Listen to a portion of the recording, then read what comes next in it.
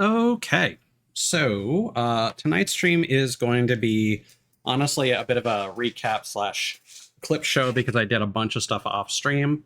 Got a little bit of gameplay left in the game, and they've added some new content. But I wanted to talk about a few things first. So let me just unmute the game real quick so we have some background ambiance here.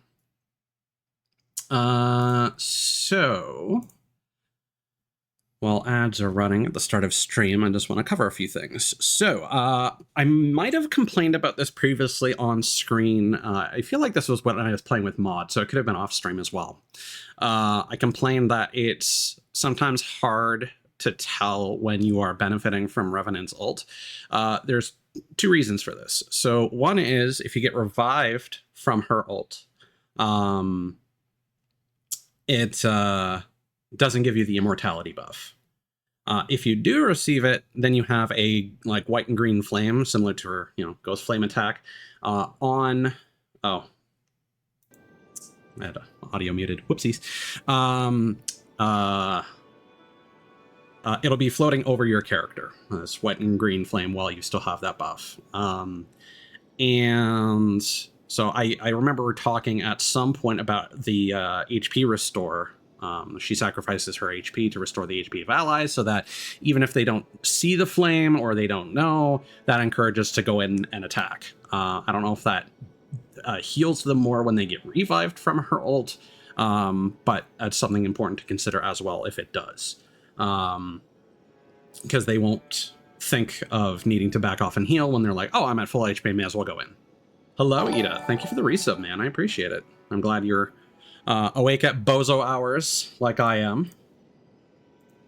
I don't know if you're normally a night owl like myself, but it is good to see you, buddy.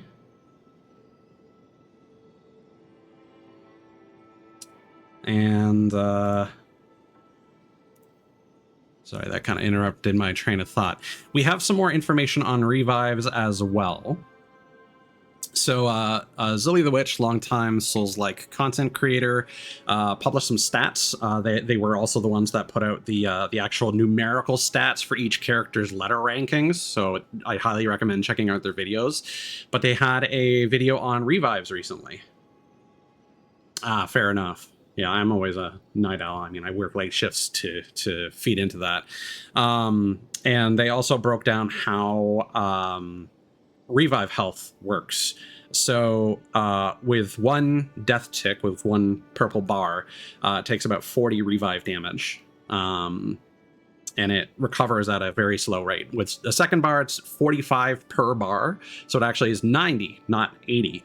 And it also recovers a little bit faster if we're not hitting them. When you get to the third bar, however, everything increases to 80 per tick, I believe. So it's now 240 damage you need to deal to them in order to revive them, which is 6 times more than a 1-bar revive.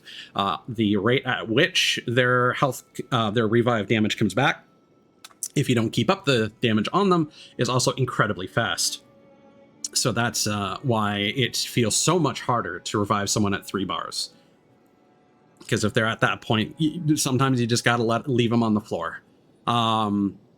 Revenant's claws are one of the best weapons for revives because she can move while using it. Her dual wield attack hits twice, so it doesn't exactly do double damage. Her default attacks are equivalent to like a colossal weapon, which is about 20 per hit. And while most weapons, if you two-hand them, get about I think it was like 2 to 6 damage buff, depending on the hit that you're landing, whether it's charged, whether it's heavy, etc., etc. Two-handing with her, the 2 hits that her claws do each do 15 apiece, aka that becomes 30. And the range for her two-handed attacks are much greater. It's like a range of 10 to 23, I think it was, extra damage potentially. Again, you're rarely going to get that because those are late in the combo, those are charge attacks, those are heavy attacks, but still, point remains, she is very much cemented as a revive-focused character, which is apropos for being a necromancer. On that note, I just wanted to kind of underline, I quite like how they handle Revenant's necromancy in this, and that it's like a passive thing, and that it's based on ghosts, which is something I enjoyed about solo leveling, where they were shadows rather than, you know, gross zombies and all that jazz. I think necromancy is really interesting when it's done very passively. I feel like a lot of classes in like MMOs and whatnot make it a very like micromanagey, almost RTS style thing, so I really like that about her. Anyway, back to the topic of revives.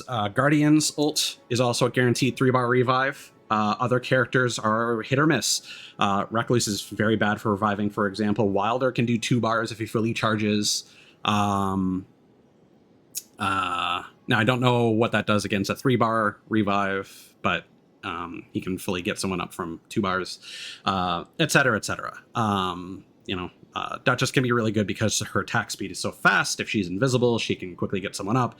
Same goes for Executor, but he's all about risk and reward, so he's a big target, but he attacks fast with a lot of damage. So, you know, just like how, you know, you can do good damage and poise damage with him if you successfully deflect, but also eat a lot of damage if you don't succeed at those deflects. Yeah, I don't even think Raider's revive capability is the greatest. His jump attacks while two-wielding hammers actually seem to be better, especially if he has a jump attack upgrade, which we'll actually showcase a little bit later. There's also a boss weakness chart floating around, which I highly recommend if anyone's thinking of getting into the game themselves, just because bosses have more weaknesses than what's posted, and not every weakness is necessarily viable. Libra, for example, they recently increased the chances of finding madness damage on weapons, but it's still quite rare to get that. And while Gaping Jaw takes more damage from poison, it's only in its first phase where poison actually gives a unique interaction, and they just added a new enhanced version of him that starts in phase 2. So it's honestly probably better to just use Frost with him. And for, you know, Libra, you can use I think Holy Fire or Slash weapons to be more effective. And there are also other resistances, like to ailments, that are important to note.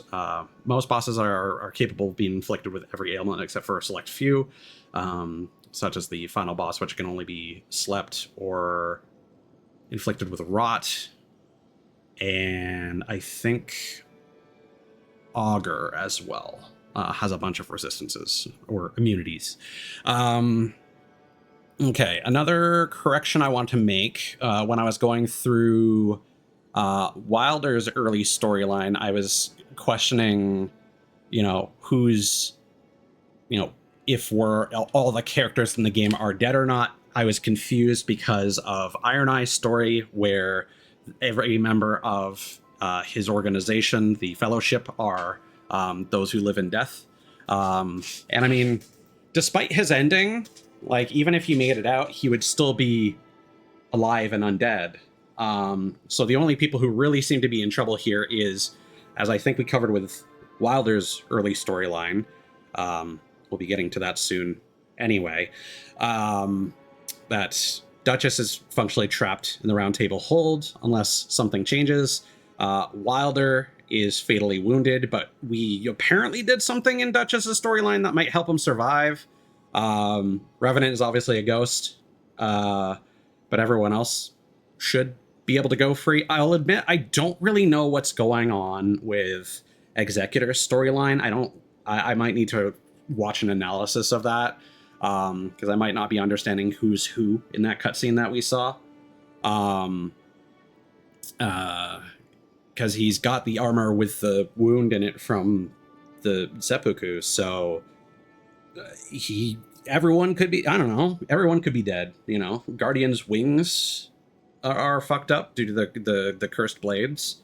Um, it's hard to say, but I think the only three that are the only ones who are really in trouble are the star-crossed siblings, so to speak. I'm not sure if I should be using that phrasing. Hold on, what does star-crossed mean?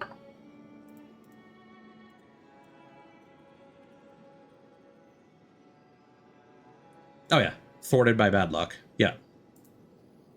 So that makes sense. Okay, so moving on from that, another little gameplay thing, a couple of gameplay things. So I mentioned during the previous stream, when I was getting quite tilted by Guardian's Remembrance quest, that you can hold triangle and press up on the D-pad to eat stuff off the floor.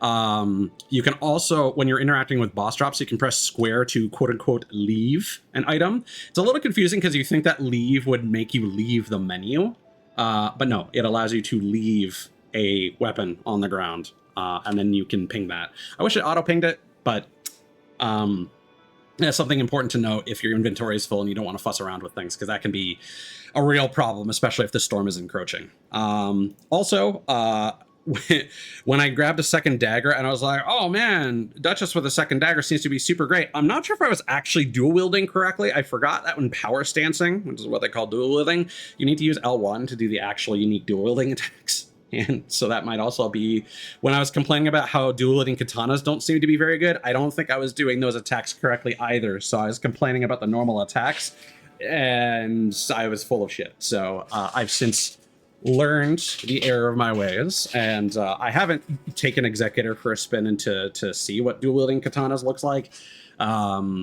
because I just don't enjoy that character anymore. But I wanted to correct that because, I think Duchess and Iron Eye are my mains, with Revenant being my secondary. Hence why I just wanted to bring up the whole Revenant versus Necromancy thing and why I like her so much. Also, just in the fan community, she's turned into this gremlin character that's kind of the mascot for the game, which I love. There's a couple animators that have been doing some great work. I'm just going to double check their names. One is called Keith Garces. They've done some great animations, especially Hop on Nightreign, which is kind of like the anthem for this game now.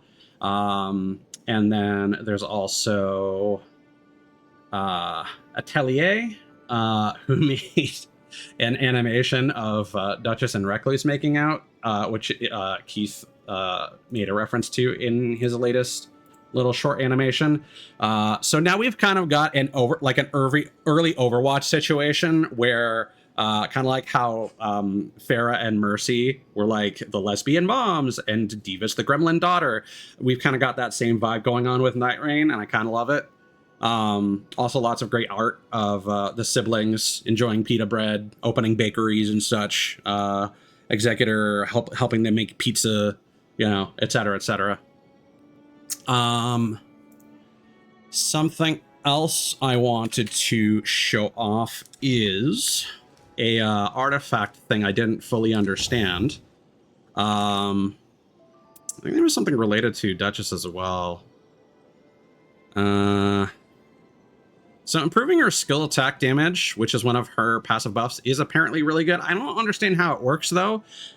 If it just applies a damage multiplier to any damage that her restage reapplies. One very important thing for her, which is why she pairs really well with characters like Executor or Iron Eye, characters that can frequently proc status ailments, especially Frostbite and Bleed, since those are large, just percentage HP damage procs. She can restage those and absolutely chunk through an enemy's health if her ability is off cooldown or she lands her dagger reprisal correctly. So that's really important to note. I also realized this is basically designed to be used with Guardian. The Dark Drift Knights situation here. And draw enemy attention while guarding is a little misleading. You need to actually actively block an attack before that kicks in, and then the aggro is drawn to the character in question. I might do a run with Guardian just to showcase him off a bit. He is very powerful. Now, like, I feel like every team needs at least one major damage dealer, like a Raider or Wilder, or a Recluse or Revenant with some great spells. As great as Iron Eye and Duchess are, and like they can do great work together, don't get me wrong. Most of my most successful runs have had somebody who can do reliable damage while the other characters kind of sustain that damage or keep the enemy's attention. Guardian, of course, there's a pretty big... A lot of people are very negative about this character, because I don't think they realize how to use his ability. But and there's also an inherent problem with how this game works, because enemy hitboxes don't stop when blocked by an ally. So the ideal thing you want to do as Guardian is you want to put yourself between like a boss and an ally, and then you can safely deflect all their attacks and also potentially reflect damage back at them if you have that passive.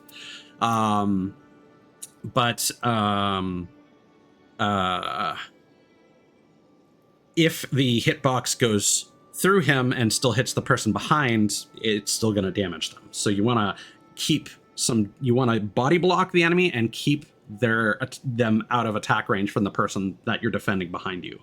But he is very effective if used intelligently. But because it's a playstyle that uses a lot more brain power than you'd expect, I think that's why a lot of people sleep on this character. And why I want to show him off more than not at all, because I've really just shown him off in really poor gameplay situations where I've been running essentially night 2 objectives on night 1. And I forget where I have this other one. Oh yeah, HP restoration on thrusting counterattack. And then Iron Eye also has one. Boost thrusting counterattacks after executing art. So what a counterattack refers to is basically a counter hit, to use a fighting game term. So that is essentially when you are hitting an enemy that is in their active attack frames. So this is really good for Iron Eye's ultimate art, because you can just use that to become invincible and shoot through an enemy that's doing some sort of attack. Really effective against bosses, which are like nigh constantly attacking. So that will do a lot more damage if performed in that way. So that's what those refer to. I kind of hate how so many of these things need this kind of explanation, but that's always kind of been these games in a nutshell. It's just in the context of a multiplayer game, where you have to learn so much to play efficiently. It's really frustrating. And on that note, as the game has evolved, there's definitely become a sort of priority list. There's been a lot of negative talk about people who go for churches first, especially people who ignore other objectives in favor of churches. At the end of the day, because flasks heal you based on a percentage of your HP, the more you level, the more your flasks are going to heal. And you're also going to take less damage as your stats go up. So prioritizing churches and extra flasks over levels is actually going to require you to heal more, and you're going to get less out of each heal. So the fact that you have an extra heal doesn't necessarily matter if you're having to use it because your stats aren't good enough to keep up. So levels are ultimately the biggest priority. Although there is a soft cap at 12, it's still recommended to get to 15 if possible. Obviously, weapons are your next priority. Trying to get like elemental priorities or really good skills, depending on your character. Obviously, Recluse and Revenant want really good spells. You want to keep Revenant's claws at all times, so she really doesn't need weapons. She really just needs incantations and occasionally a staff. She could still use those reliably. So can Duchess, for that matter. But that is a skill I need to learn better because I, when it comes to spell casting, I still prefer Revenant because I get an extra character to act as a decoy while I can safely cast. Whereas a lot of spells, I'm still not used to the animation timings and how locked down you can be with some of those. But they can be very, very potent. And then talismans, honestly, I've stopped going after quite as much. Obviously, I've been quite the talisman goblin since the game launched, but I feel like those are even less priority than churches. The really good talisman buff was the one that gives like a 50% reduction on the damage drop off. I don't know if that's a case of it increases the range before damage drops off, or it simply reduces the damage drop off once it does start to affect him based on his attack range. But one of the recent patches, the second last one, I think, made it so that can appear as a passive buff on any weapon now. So you no longer need a talisman for that. You can just get lucky, and they might even stack. Who knows? So, well, there are some really good ones still, like getting the one that increases your HP and stamina by 7%. It's too much of a gamble to really go out of your way for them. So again, much like churches, get them if they're on the way. Otherwise, focus on levels first, weapons, and upgrading those weapons if needed. You know, a lot of the starting weapons are not that bad, but if you can get like a legendary or a really good purple weapon, like my favorite pizza cutter, Giza's Wheel, you know, you're in good company. So, with all that talking out of the way,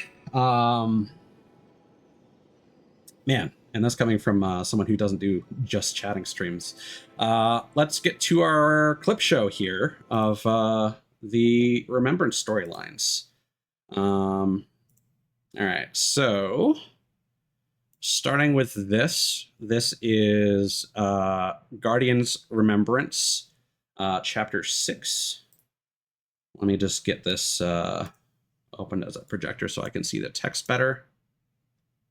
And I might need to fuss with the volume on some of these clips. Most of them are at my usual volume level, but some of them are going to be really quiet because I would just play these while listening to other stuff and playing the game at low volume.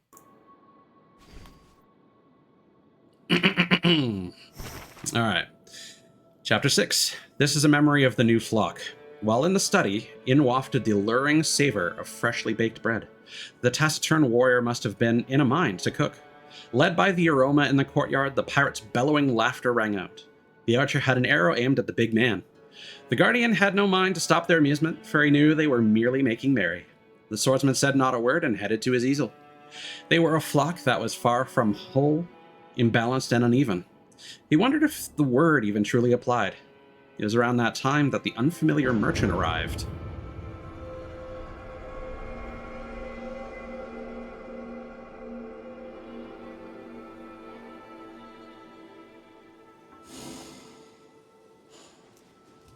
How are you faring today, champion? I must thank you for keeping such a vigilant watch. It's kept the number of structural failures to a minimum. How are you faring? Is there anything at all I'm as dexterous my work does?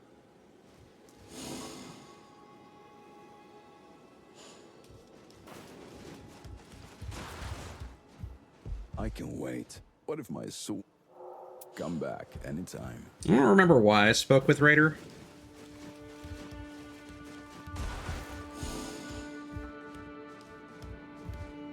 I think we had dialogue in the previous. Well, well, you must be my savior.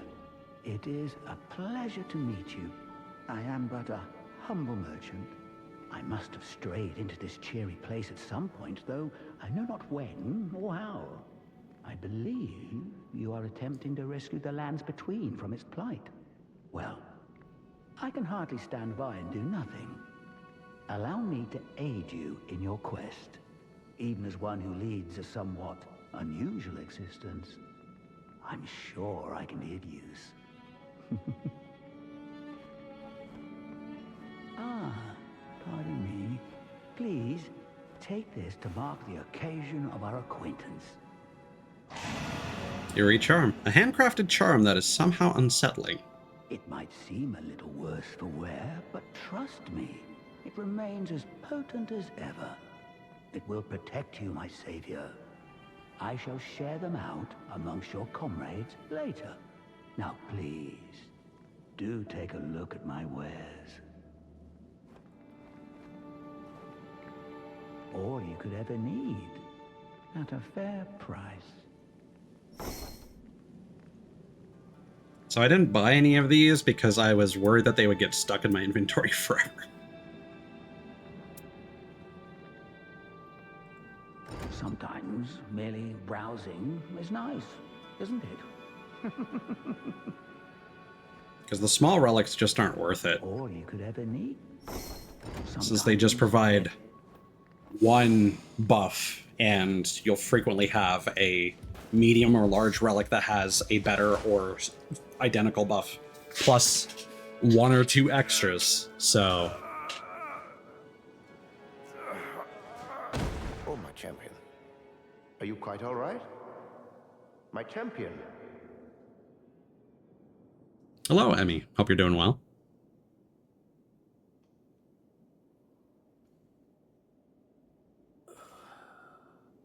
Yeah, I'm a night owl, if that's what you're referring to. Oh, good. That's good. You're awake. You gave us such a fright collapsing like that. Your body is in reasonable condition, as far as I can tell. How do you feel? All seems well. Thank goodness. Not too much, just, The charm thou art given. Indeed. The cause? just catching up with some stuff I did off stream here. A wish became a curse. I doubt there was any malice involved, but if it had happened in the midst of battle, danger would have abounded. I have informed everyone who received the charm to dispose of it. There is nothing more to worry about. Yeah, I always record my streams so I can post the VOD to YouTube after, you know, kind of like a Let's Play format. So when it comes to story stuff, I always try and make sure that I'm recording everything that I encounter. Alright. A gift from the apparitional merchant, crafted in an unrehearsed, imitative manner, judging by the frayed fabric and numerous loose strings. Yet a charm is a charm, no matter the appearance. Yes, Elden Ring Nightreign. And the second volume we got previously. Annals detailing the histories of certain cursed weapons speak of a conflict far to the west. An account mentions one such accursed weapon called an Icterus. The blade leaves a wound that can never heal, owing to an ancient curse with... Ew. Again, I'm replaying a video, so I don't necessarily give myself enough time to talk over it. The blade leaves a wound that can never heal, owing to an ancient curse with the power to twist life. A frightful weapon concocted by a master of curses, under contract to an army determined to achieve victory.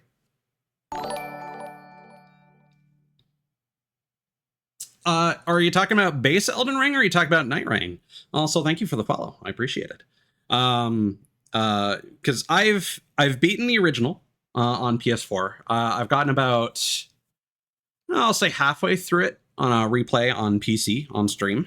And then for Nightreign, I've beaten all the bosses. I have all the achievements. I have not fought the new Gaping Jaw fight, and that's what I'm going to do later on this stream, but it's going to be a while before we get there, so don't get too excited. I like to consider myself relatively proficient at the game. I'm also a completionist when it comes to achievements and stuff like that, so I'm pretty thorough. Yeah, I like to consider myself pretty proficient at most games. Not gonna say I'm like amazing at every one, but I do find that a lot of my skills tend to transition from one to the other. Thank you very much. I have informed everyone who received a charm to dispose of it. There is nothing more to worry about. I've got a new iteration of my In the midst of battle, danger would have abounded. So I commissioned two different creators for this. The model artwork was originally done by an artist named Niseijo, And the rigging, the animation making the VTuber model move, was done by a friend of mine, Slum Baby. So I commissioned them both separately. You can find links to their stuff down below on my About page, or on my card. But yeah, I'm in the. I also added the tiger stripes later, because it took a long time to get this model done, unfortunately, just due to scheduling and stuff like that. And I decided, like, in the midst of that process, like the artwork was already done. It was kind of too late to like make, you know, fundamental changes to it, but I decided to rebrand with more of a white tiger theme. So I added the stripes, the tiger stripes, to the texture later. But I am in the midst of a rebrand that's been taking a long time just because I'm broke AF right now.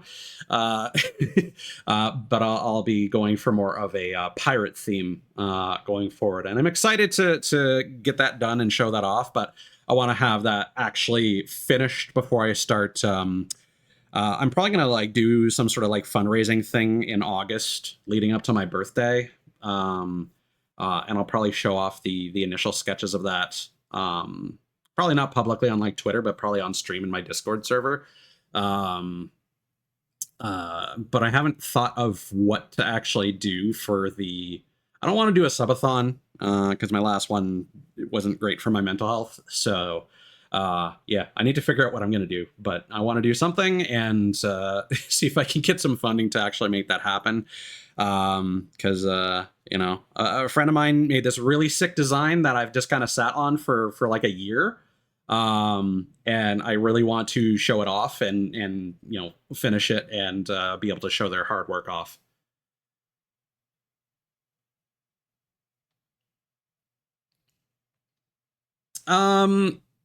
I mean, it's one of those things where like I said, I'm pretty hard for cash right now, so I don't really have much of a budget to speak of, and for the stuff that I have in mind, I've already kind of budgeted for and decided on the artists that I'm likely going to be commissioning for those things. But you know, by all means, I might take a look at what you've got going on, and you know, maybe if things line up in the future, I might end up commissioning you. But you know, no promises. Times are tough for me right now, so like I said earlier, don't get too excited. But yeah, it's always nice to support an artist. They are very much the backbone of VTubing. Sorry, I'm getting lost in the weeds here. Why can I not close this?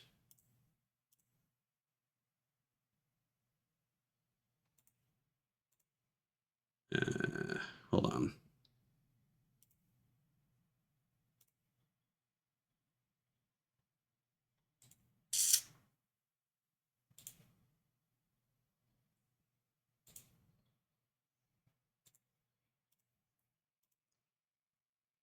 My chat is giving me difficulties here. Oh god, it's undocked now. Hold on.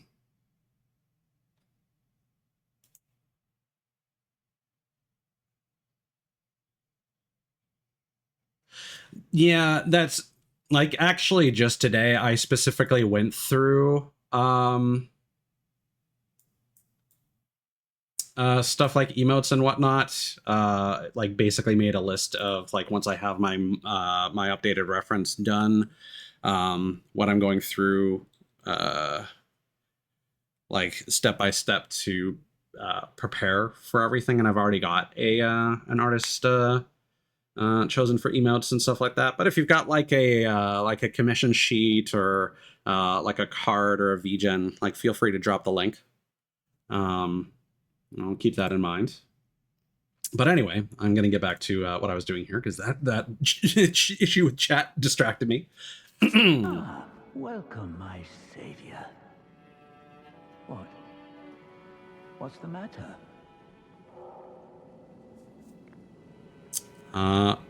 Guess we're gonna have to eliminate him. Ah! What are you doing? Why, my savior, tell me why I don't want to.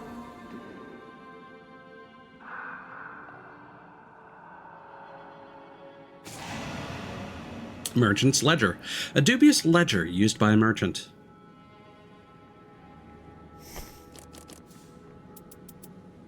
A recent bold entry stands out.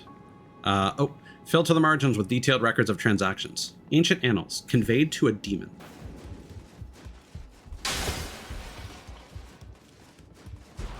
I have informed there is no... If it had happened in... So I'll just skip ahead here.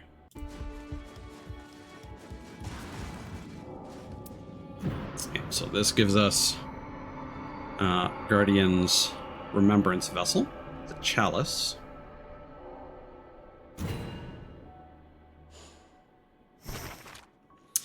This is a memory of the new flock. After taking care of the merchant, the Guardian heard a voice coming from behind. I suppose thou wert protecting thy flock, said the recluse. Indeed, mistress. I consider our fellows of the Round Table to be as you say. In response, the recluse nodded her head, unspeaking for a moment. Then, I know the laws of thy people. Thou wilt not suffer those who endanger the flock to remain. There was within the merchant's ledger a clue pertaining to the cursed blaze. He asked the Iron Menial to help investigate.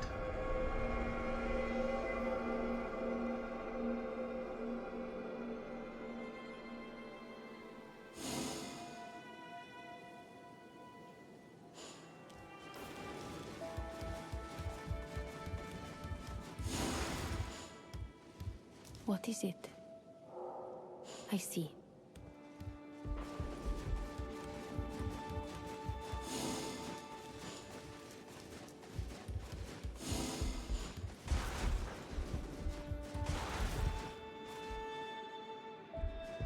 I haven't seen the merchant of late. Do you happen to know anything? Oh, I eliminated him. you didn't have to go and... It was to protect the flock. I see. Well, we'll let bygones be bygones, shall we? I won't speak any more on the matter. In any case, it appears as if you have more to say. Show the merchant's ledger. A list of transactions. Ah, here. The tome we're looking for. Conveyed to a demon. What on earth could it mean? Conveyed to a demon.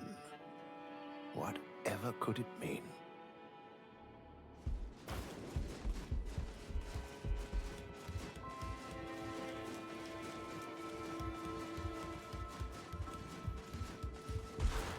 A demon. Not a partner from whom one might expect fair dealings, I would wager. A demon, not a partner from...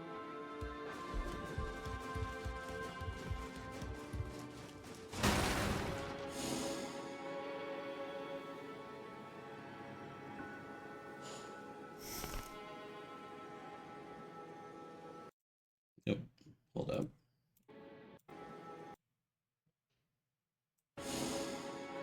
Yeah, so we have to find the demon merchant in Limfeld. So that is Libra.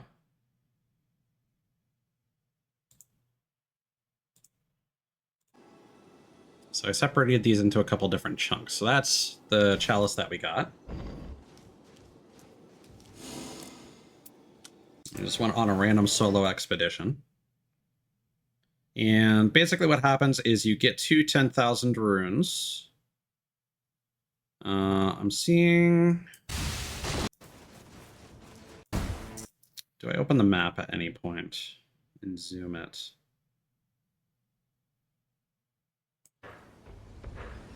Ah, yeah. So you can see them down at the bottom near the church. I don't notice them until the circle starts closing.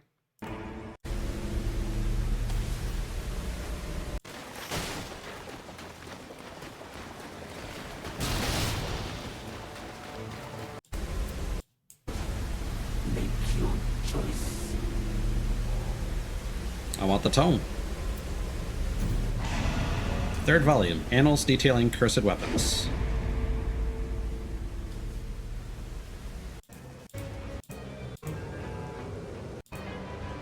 Oh, and I aggroed an Erdtree avatar who's like all the way like over here. And I'm minding my own business waiting for the boss fight to show up.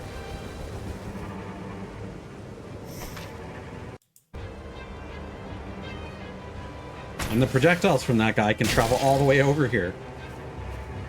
It's kind of crazy. A little unfair, honestly. All right, so that's that for that. That was a sentence. Okay.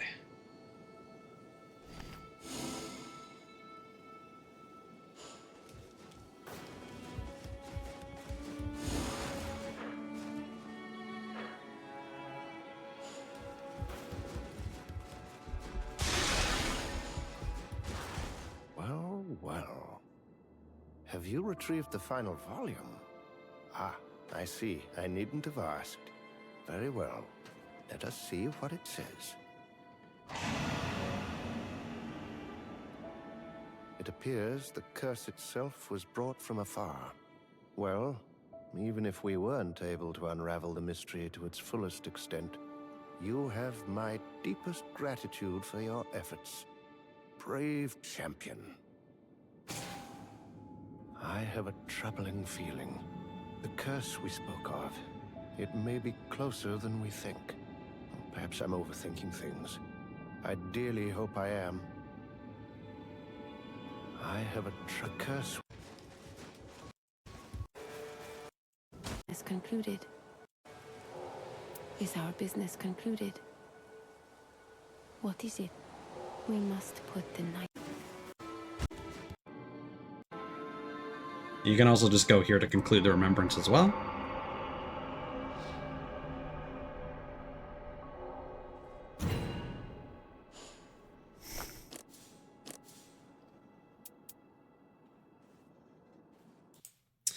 Annals detailing the histories of a certain cursed weapon speak of a conflict far to the west. An account mentions one such accursed weapon called an Icterus. The blades shared an identical engraving, a symbol of the sorcery of a distant land, a script you put down in blood.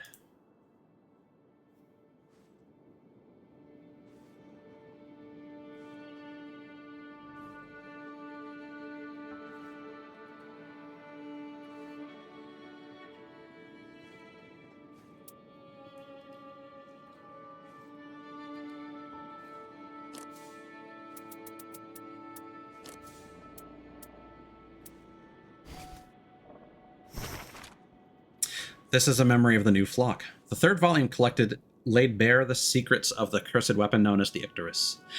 The curse is the product of a sorcery from deep within distant land, a script put down in blood. The Guardian remembered reading about this particular variety of topic. Knowledge and knowing lead to protection. So he believed, of his knowledge gained under the tutelage of his teacher. The Guardian knew now, for certain. He knew now of many stories. The tale of the pack of horses galloping across Windwhale Knoll, the great adventures of the pirates of the coastal waters, the fearsome fellowship, the wandering warrior whose habit was to preserve scenes with brush and ink, and finally the tale of the witch of the deep woods, who wielded cursed magics. Yeah, a little bit of a... I forget if we heard about the Windwhale Knoll, but that's from Wilder's story, Wilder and Duchess. This is a memory of the new flock. The Guardian was forced to make a decision for the safety of the flock. Eyes closed as he contemplated matters, someone approached. I do not like to interfere. Across from him stood a girl who seemed more dull than human, the newest feather to find home within the flock. However, I owe the witch a debt. Even with what you now know, it is not too late. And with that she left, leaving behind a scrap of paper. So I don't begin this remembrance yet. We'll do that on stream. Once we've done our catch-up. And I think we already read chapter 5, which I started right with 6, but we'll double check that afterwards. So that's it for Guardian's Remembrance that I've done so far. Next is Wilder's.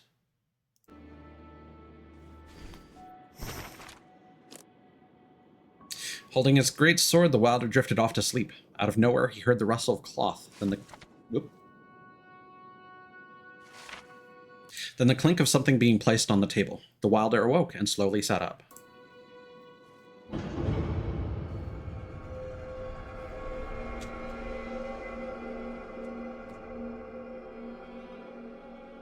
I do kind of wish I had gone back to the Wilder's default skin for the ending, but oh well.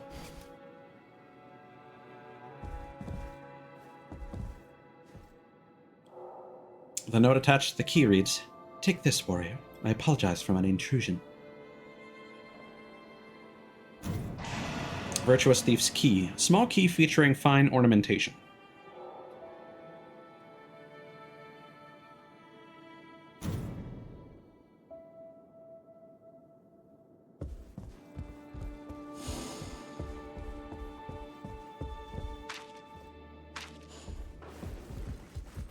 So you can view the underground map. We are heading down to the catacombs. A fine work of craft made by Gillian. Gillian? The Duchess's steward and de facto patron. The Duchess once lived under the Viscount's roof, where she applied herself as a virtuous thief. She locked the tools of her trade inside a box of prized possessions, which she hid in a dim cellar. This practice has not changed since coming to the Round Table Hold. She yet keeps her secrets safe from prying eyes, concealing them in darkened corners.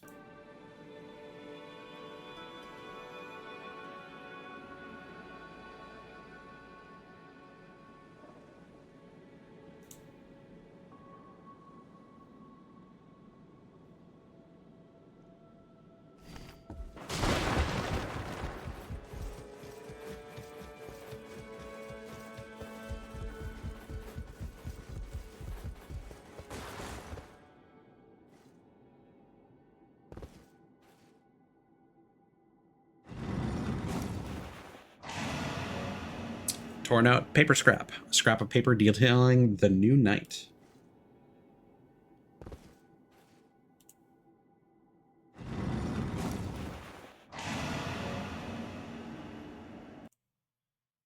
So I'm just making note of something.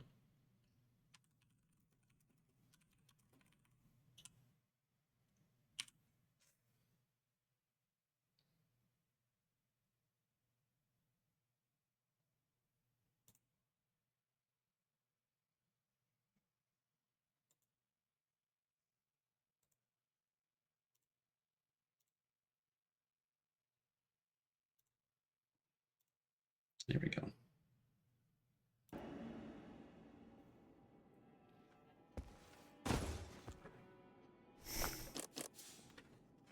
Yeah, so I might have spoiled this a little bit earlier.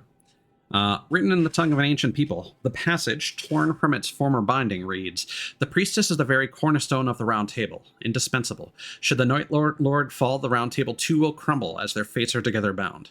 Yet should the Round Table be remade, perhaps the priestess may be emancipated from her bindings. This might be done upon the falling of the new knight, should the Lord's power be lost. And if so..." I'm all ears. How are you faring to... I'm all ears.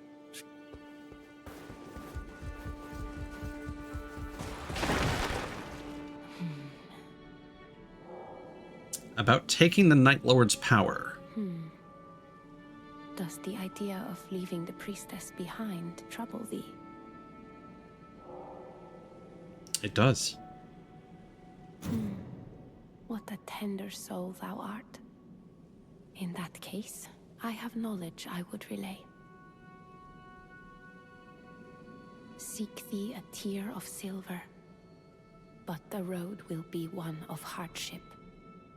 All the same, I wish thee good fortune, for the fortitude required is a rare thing indeed. Seek thee a good fortune upon... Seek thee a tear of silver, good fortune upon thy search. Yeah, I wasn't sure if that line was exactly the same or not. How are you faring today, champion?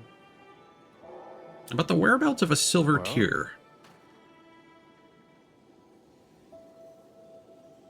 I shall expound upon the matter. I've heard stories of the Eternal City. Some postulate that the tears are the essence of life itself. If that is what you seek, then you might wish to pay a visit to Noclatio, the Shrouded City, a place that was once part of a greater whole. Visiting Noclatio will give you an idea of what to do. I'm sure of it. Visiting... So we actually saw someone else doing this during one of our runs. So finding a silver tear in Limveld. So for that, this is definitely a Night 2 objective. Since you need to get about halfway through Noclatio, make a left where the Black Knife Assassin is, and then you'll fight a Mimic Troll. And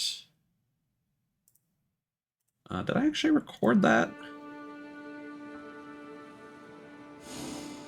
I don't think I did. No. And then there's a sarcophagus right behind it. And you can just grab that from there.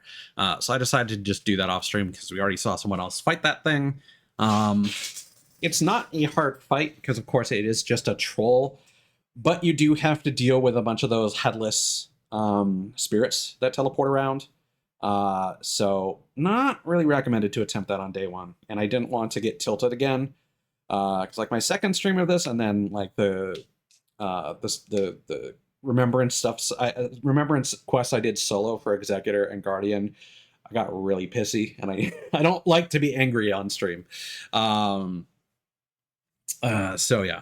On the note of shifting Earth, so a lot of people have been talking shit about the mountaintop. Now they're praising it because the fighting the ancient dragon there, that's always fighting the troll, is guaranteed to give you a chance of anti-dragon up, and the bosses there all give you frost resist, which is only really good against the ice dragon boss, you know, Fisher in the Fog, Kiligo, which is like also kind of the easiest one. So a lot of people are kind of down on it. I like the environment. I think it's fine. I much prefer that compared to the Rotted Woods, just because you're always forced to fight there, and so you always have to go and get the buff. And like, yeah, there are a bunch of bosses you can fight there immediately afterwards, so it kind of makes up for it. It's easier to navigate because it's flat compared to the mountain, but I don't know. Personally, the Rotted Woods is the worst one for me. Not a big fan of the crater either, but the path to the magma worm does get you a lot of runes. And the reward at the end is solid. Noclatio is one of those risk versus reward things where it's quite difficult. And the Voidborn at the end, I forget if it's actually Estelle or not, it's harder than some of the Night Lords, I feel. And a lot of people are ill-equipped or don't get there early enough, and then they try to fight them in the storm, and yeah, you can really fuck yourself over by going for that. But it does have some of the best rewards because there are a bunch of guaranteed talisman drops just all over the city. I got at least 2 that I've seen. And there is a guaranteed weapon duplicator, like you would see in the walking mausoleum, you know, the giant turtles. And I mean, you can get a free revive if you and a guaranteed legendary weapon if you beat the Voidborn. But I don't know. It's hard to navigate. It's very dangerous because of all the pits all over the place. I'm not a fan. It's spicier than I would normally like to explore, and I hate how like everyone in the end game has that, because it also takes away the castle, which I don't think any of the other shifting Earth events do. So you can't easily level up with the castle. You have to go to Noclatio if you want to get some proper level ups on night 2. I see you have procured your prize. Excellent. I would do anything if it means we might save her. Blame me for putting you in this position if you will, but I leave her fate in your hands. Yeah, I kind of need to go back and watch both executor I leave stuff her fate in your and get a breakdown of hands. like what Duchess did with the blessed iron coins to apparently save the Wilder, whether or not that's actually effective or not. My heartfelt commendations. By thy look, I presume thou hast found one. It shan't be long now. It shan't be long. Iron Eye's also ending. I also don't really understand the Always welcome. his rationale behind it. Like, again, is it just a case where he wanted another target, or he wanted the night to never end, so he'd always have targets to face? I don't know.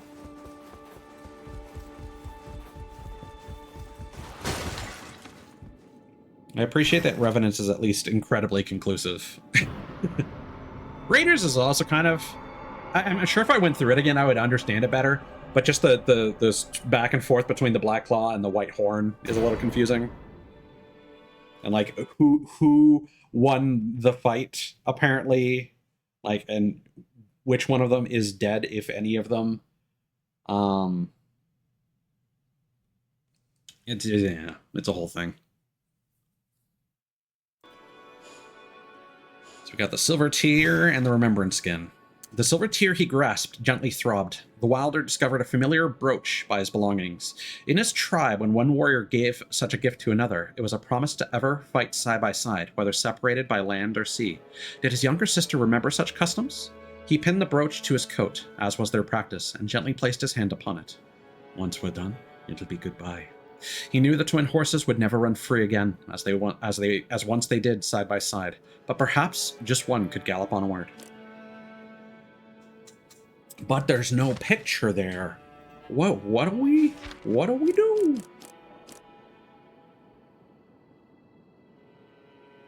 Yeah, so this is me just double checking to make sure I had all the second last remembrances completed. All right, a kernel of life that straddles the living and inanimate, also known as a larval tear. Once in the lands between, it was said to have granted one a new form. So this is what you use to respec all your stats. You basically go to level 1 and get all your runes back after beating the boss of the second region.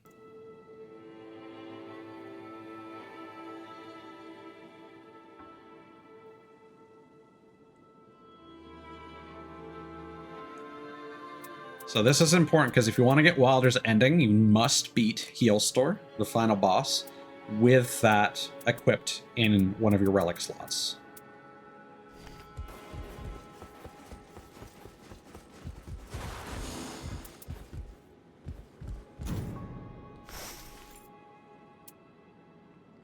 So for comparison's sake, on his little scarf there, black scarf, he gets a little brooch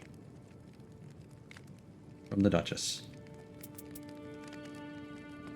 The reason I changed my skin, by the way, I actually ended up preferring the Duchess's Ton skin because I like her ponytail.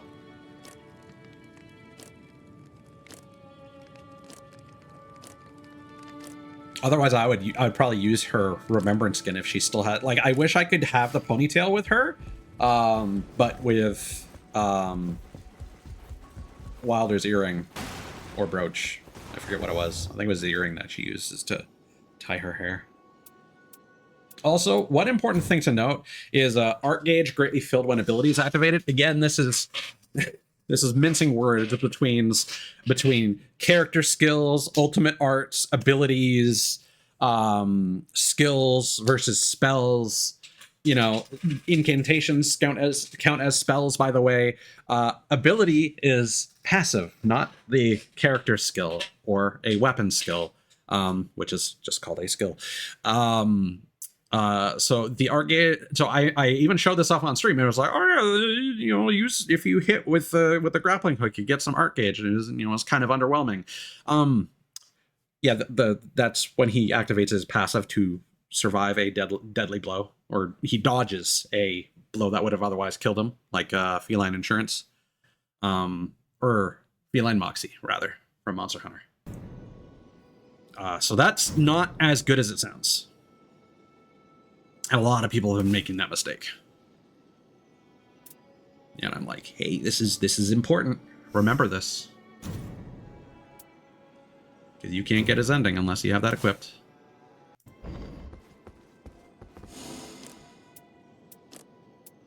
Oh yeah, I also added a group password, which is Sunshow with a capital S. The capital S is mandatory as far as I'm aware. All right, so kind of like how Mon and I got lucky when we got our 3 wins back to back.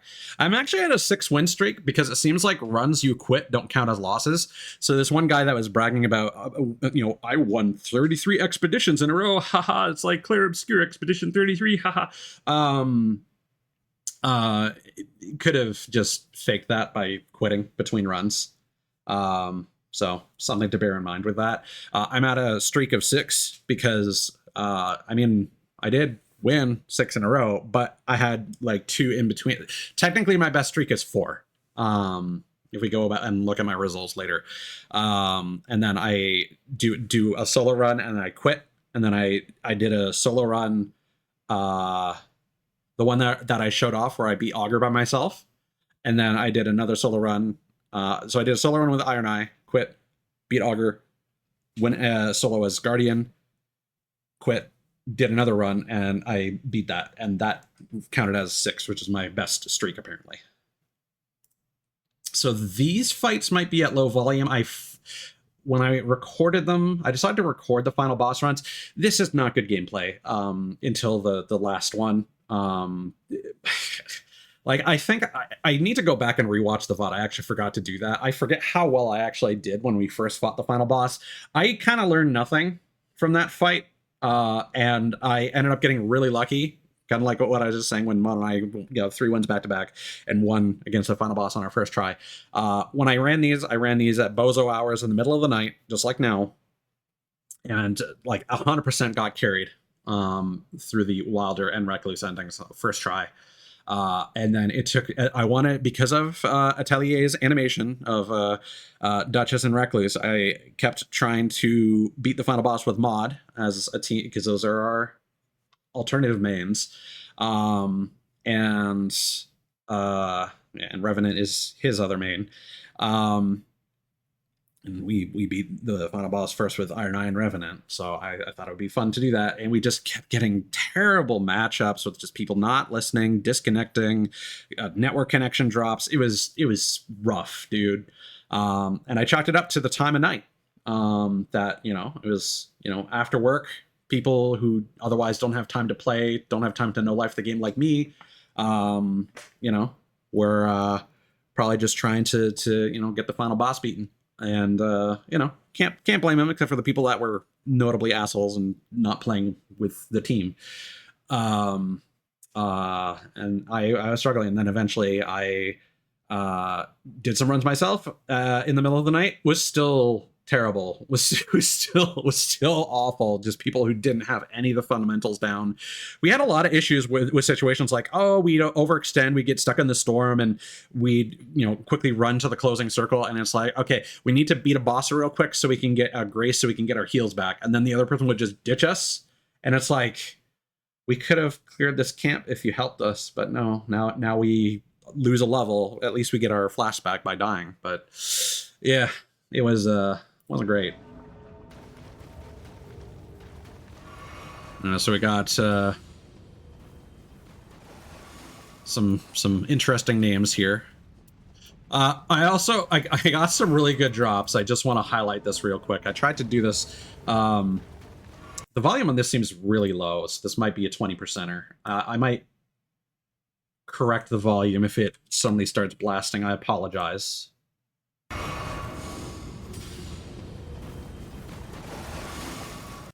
Yeah, so I got lucky, and I got Bastard Stars and Wing of Estelle. Both of these come with the skill Nebula, which is incredibly powerful. It's literally the skill that the Voidborn uses, where it does a slash and leaves exploding stars behind. And I use that to great effect during this fight.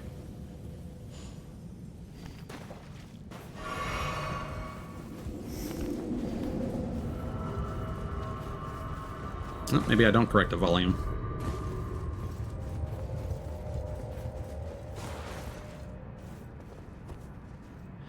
Something else is you do have a prompt to open the door, which will force the other people, like if they're AFK, to teleport to the door, and then you will start the cutscene. So you want to be careful with that.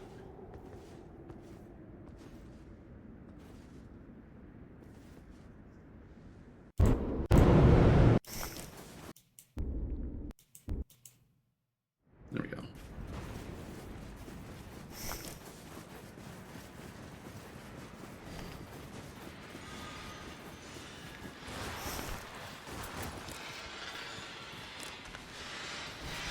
I also had the Gargoyle's Black Blade for holy damage, but I think I give up on using that.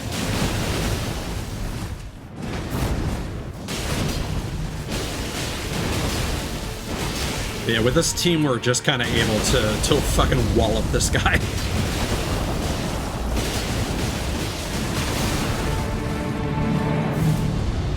So yeah, so I just kind of tank through everything because I don't know what I'm doing.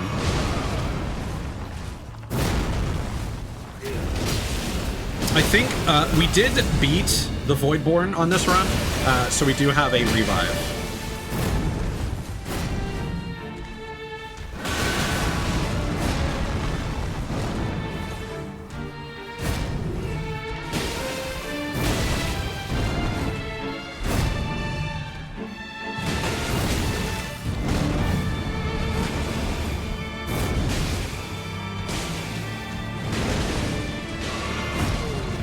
Playing very safe.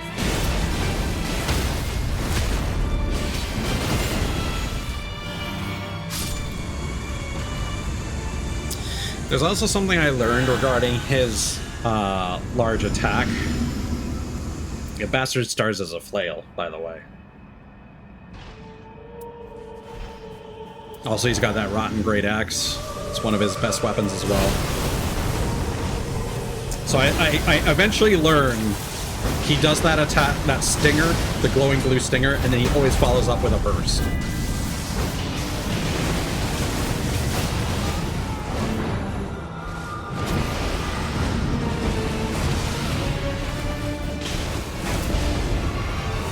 Also, the roar also is followed by like a shoulder check stinger.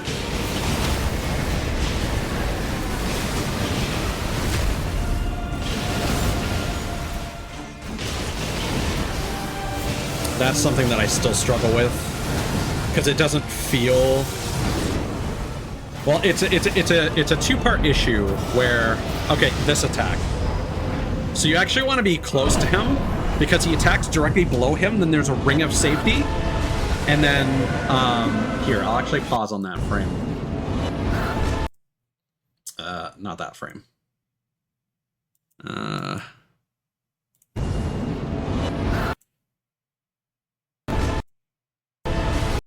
Yeah, it's a little hard to see, but there's so he does damage directly below him. Then there's like a safety donut around him, and then you can kind of see the various ground waves that are about to stem out like spokes on a wheel. They kind of get emitted like maybe 5 feet away from him, like 5 to 10 feet. So directly around him is a safe zone, and then if you stand between the spokes on the wheel, then you're safe as well, but that's kind of hard to predict, the spokes, so you kind of want to be closer to him. You can also apparently jump over the ground attacks, which you can also do with Gaping Jaws ground AoEs, but I haven't quite attempted or gotten down the timing for that, but everyone's complaining that people need to learn to do that for the new version of the Gaping Jaw fight. I also roll straight into the fucking attack. I would have been fine if I just stood still. And I don't know if we showed this off, but he, so yeah, roar into stinger.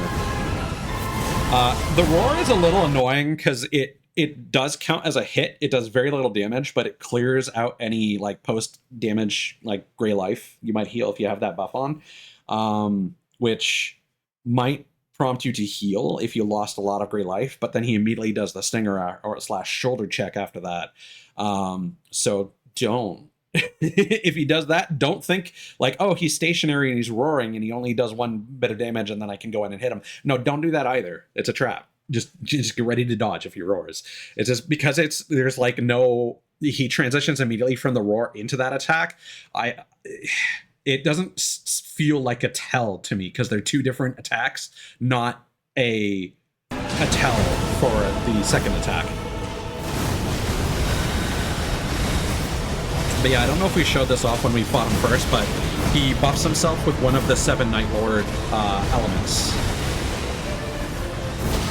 So I think right now he's using the Dark Drift Knights lightning damage, or it could be holy. I don't know. That's why his boss specific rune is every time you switch weapons, you get a random added affinity.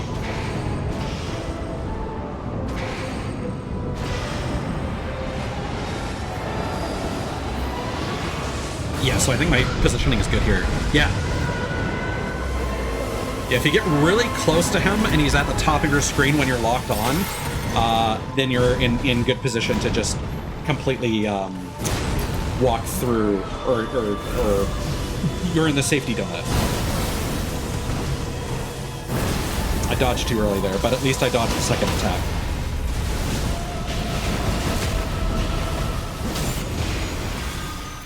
Oh, I forgot to use my grease. Oh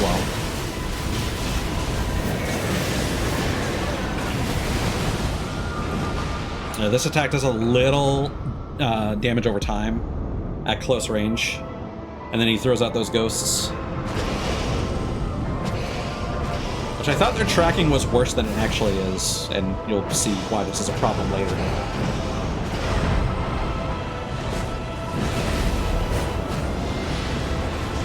So again, I'm trying to place myself kind of close to him.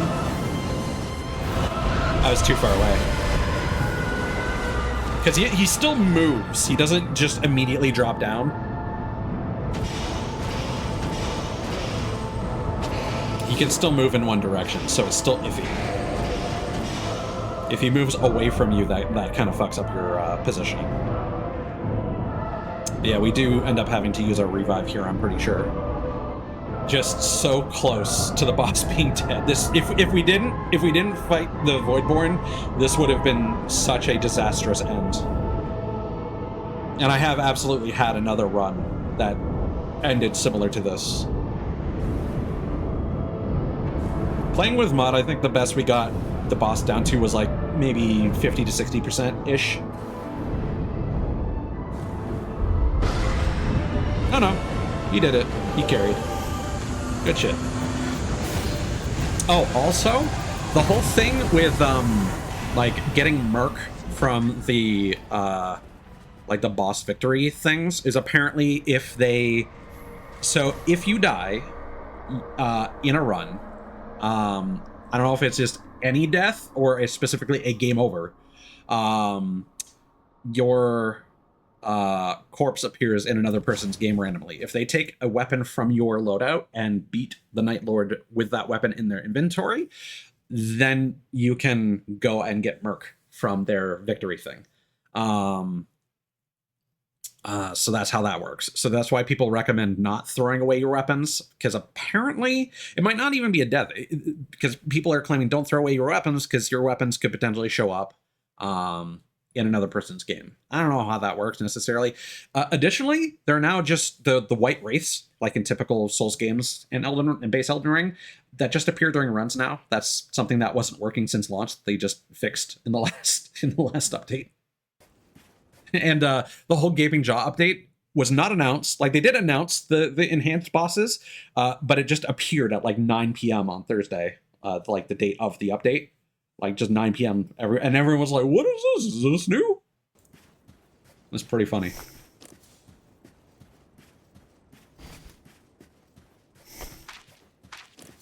Yeah, so if you've got the tier in your inventory, I think this was me trying to show that we had that extra revive, or that we didn't use it.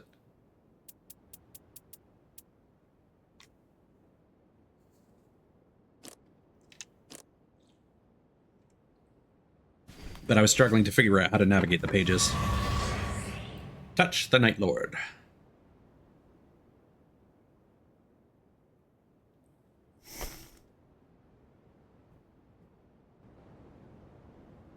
Oh, this is me increasing the volume.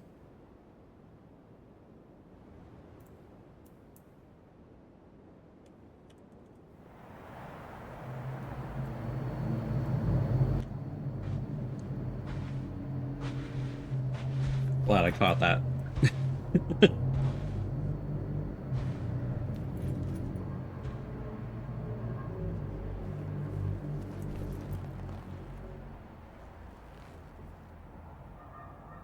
I don't like how it pulses.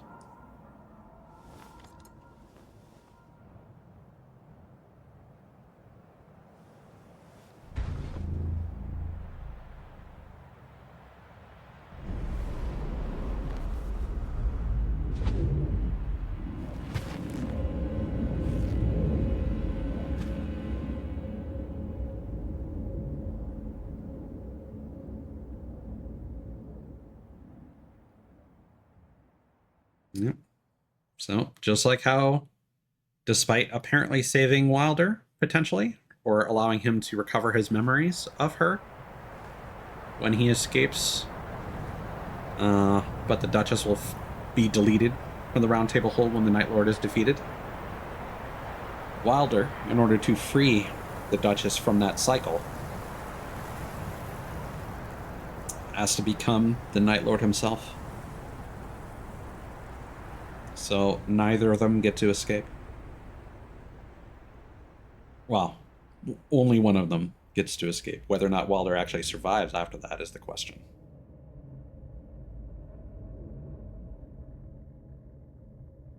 I think it's interesting how both Iron Eye and Revenant are both technically dead. Although I suppose, if anything, Revenant is new life. Because she's not actually the spirit of the daughter.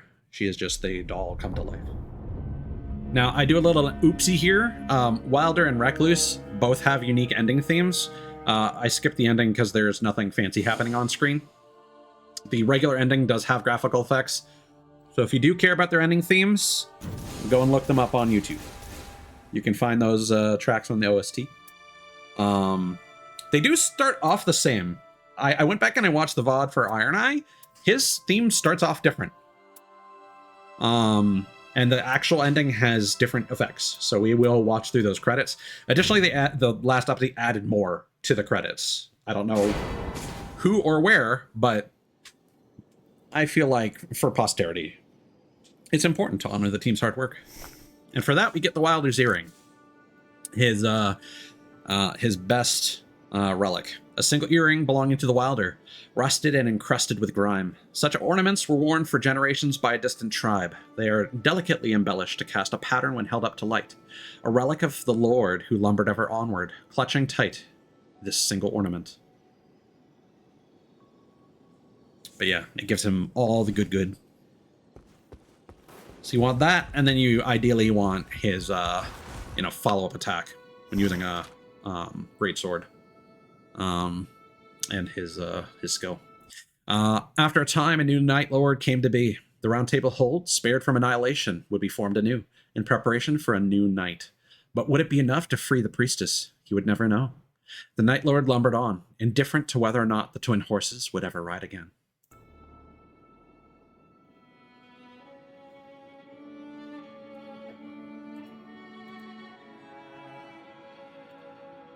So next is Recluse.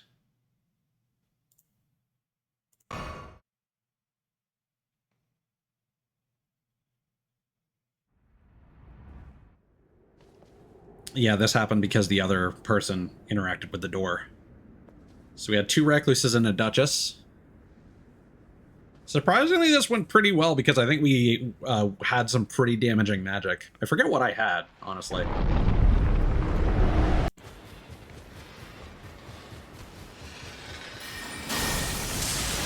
Okay, got some lightning spear. Holy shit, that's a lot of damage. Yeah, that's a good one. I forget what that spell is called, but I had Stars of Ruin, I think.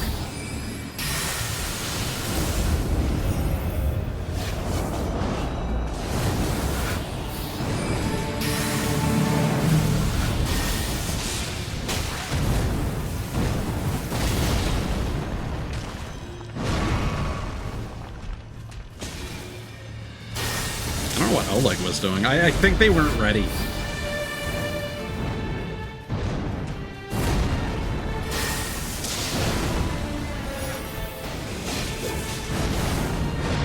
I should double check that spell after this. I mean, Lightning Spear was doing decent work, but he's like hitting for twice as much as me.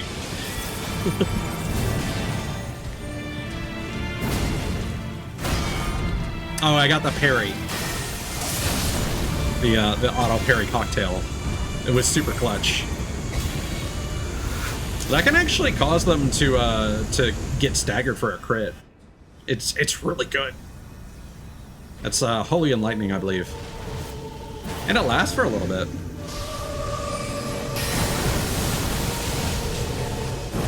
Actually, probably should have eaten that attack.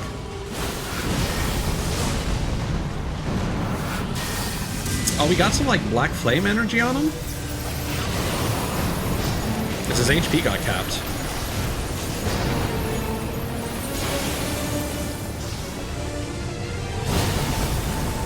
Yeah, I'm still eating these.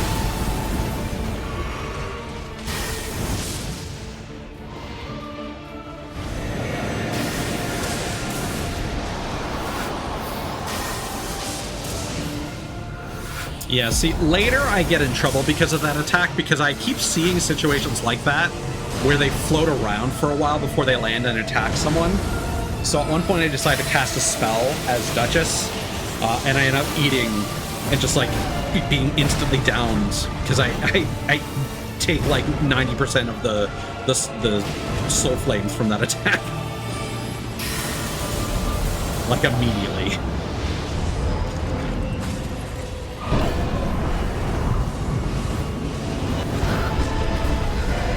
And I got lucky there. I was just to the side of the spokes on the wheel.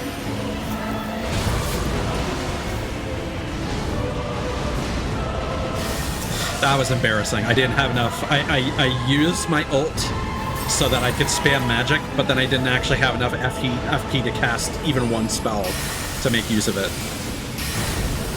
I don't even think it hit him, though. I don't think I was close enough because he zooped away as soon as I used it. I didn't see that he roared. Not that I would have dodged even if I did.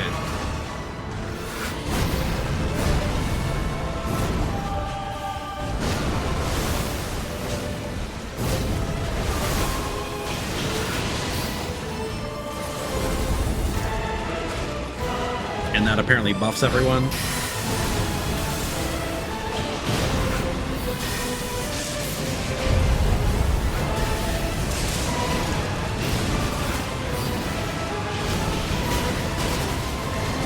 That was unfortunate.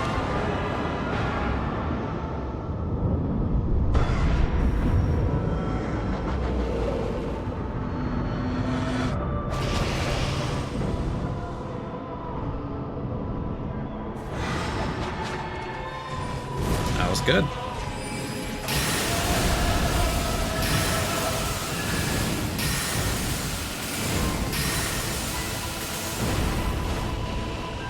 Yeah, I was overestimating how much range you got out of that.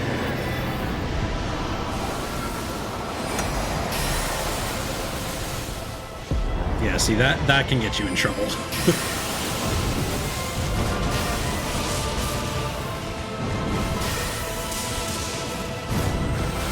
Wait, what was going on there? Hold on. Was that the White Phantom's lure?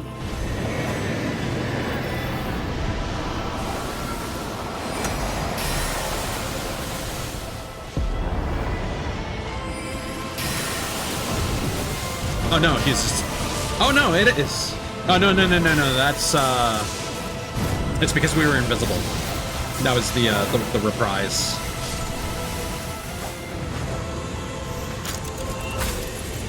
Yeah, so we really just had a lot of damage output, and we had no reason to get in close. So that's why that run went very smoothly. I think I actually did okay in retrospect. But Go-Go definitely did most of the damage there with whatever spell they had. I could have had better spells. I was casting a lot and not hitting. So for Recluse's ending, you need to go to where you got that one tattered cloth item on the bed, over to the right. Although there is a audible tell to lead you there.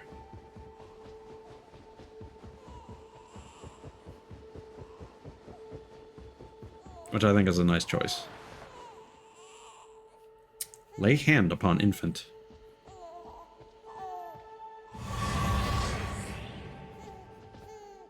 Shadow baby.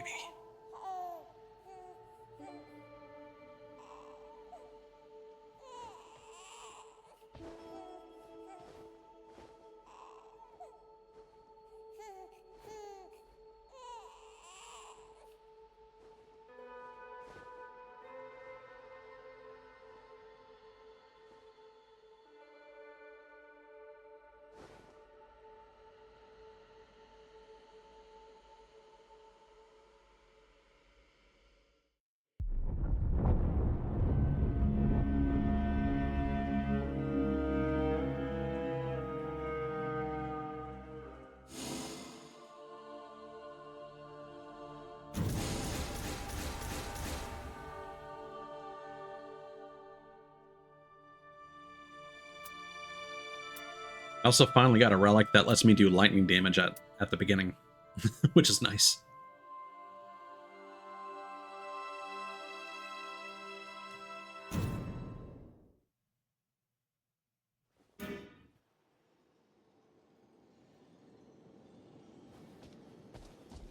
So if you go back to that same location,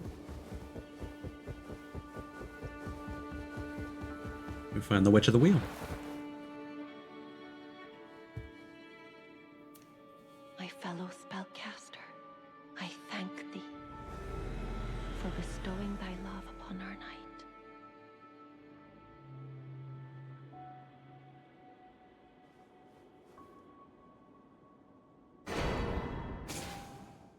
And the remembrance skin is her outfit.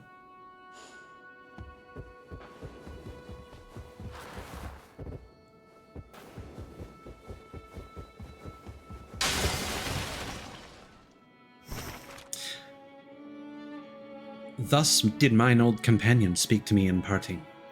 The words resounded within as I took the infant in mine arms, as I did what I once could not all those years ago. The crying hath now ceased. The gentle knight within its breast knoweth now a peaceful slumber.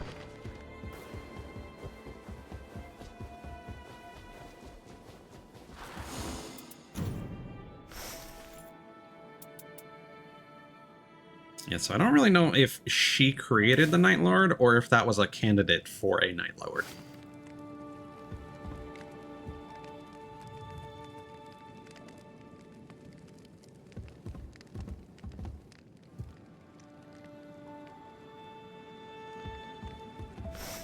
I realized that I could probably just zoom the character model to get a closer look.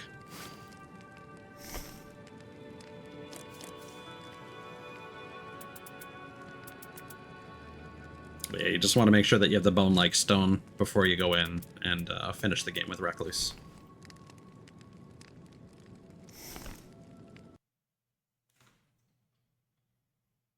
And I'm assuming for Iron Eye, the thing is that that Holy Blade, because I think that's what he uses to defeat the dagger that he uses, the Edge of Order. All right, so this is an off-stream thing with Modern Eye, and I recorded our Discord conversation. I'm pretty sure. All right. So our rando left us, so we're getting an early preview of Duos mode versus the final boss. This is gonna go great. Woohoo!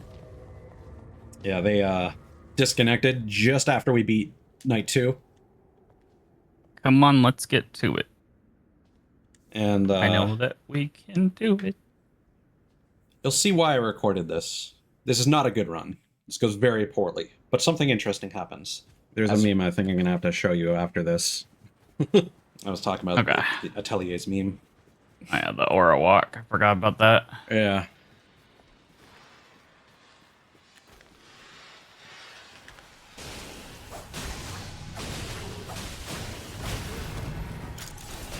the fuck was that?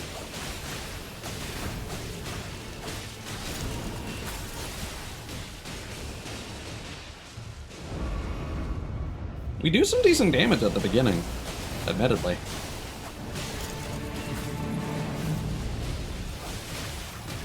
Trying to keep him where the discus like floats. Yeah. Oh, he's back. He's back. Player is back.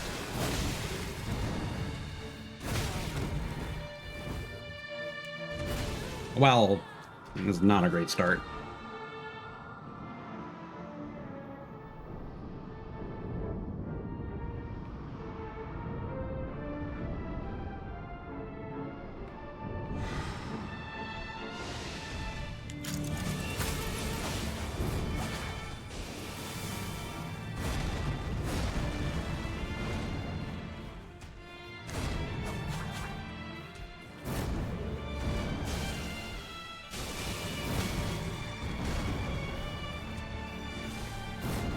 Yeah, I'm still haven't really learned his attack pattern, so I'm just dodging frantically.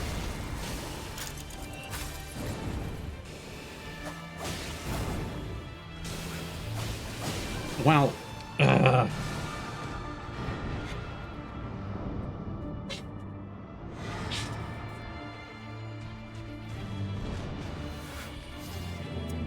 Being down to 2 death ticks already is Oh, fuck. bad.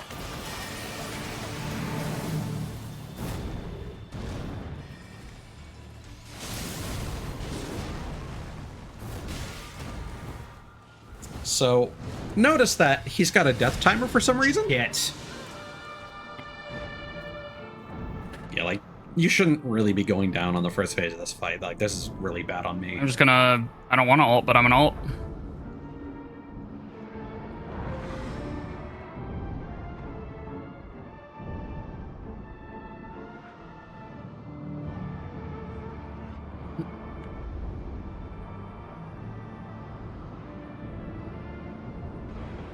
Nope.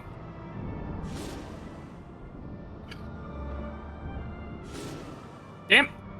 Well.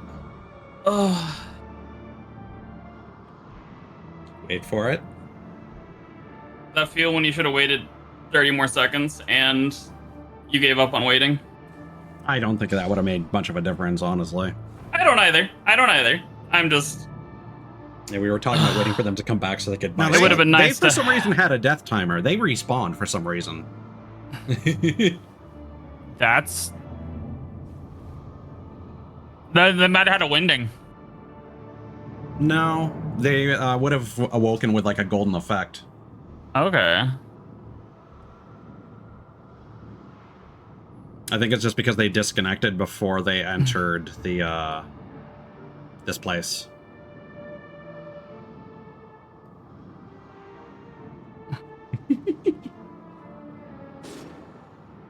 They still have a death timer.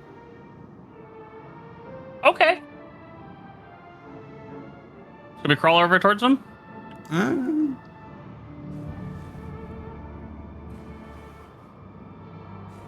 Yeah, so at this point we're like, we're just gonna wait this out. We're just gonna have them carry us from the boss because they're immortal now. Well, Guy's like, what are you doing back? Oh, don't face push him.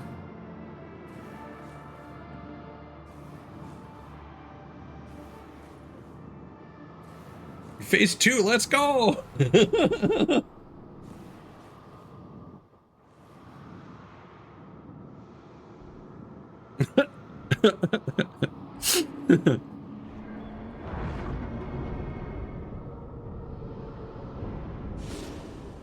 He still has one.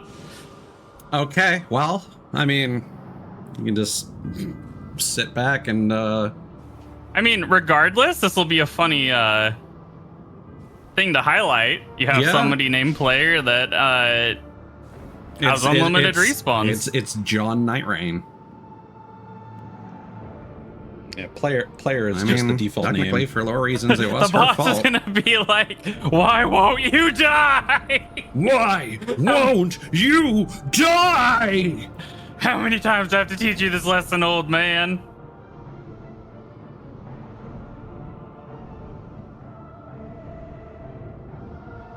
So, got any popcorn? No popcorn. I do have some Sour Patch Kids though. Hmm. That's movie. That's movie food, right? Yeah.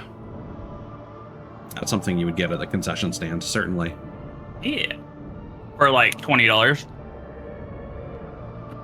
Yeah. And it wouldn't even be like a proper bag. It would just be the like the big box. Yeah. But it's only like in between just a small package that you would get at like the checkout aisle at like a gas station. Yeah. And like an actual bag of Sour Patch Kids that you would buy at a retail store. Dude, I low-key love the boss's turn around like in astonishment every time he respawns. Yeah. Because the boss is just like, Nani? Well, Mamu, I've come to bargain. Not you again.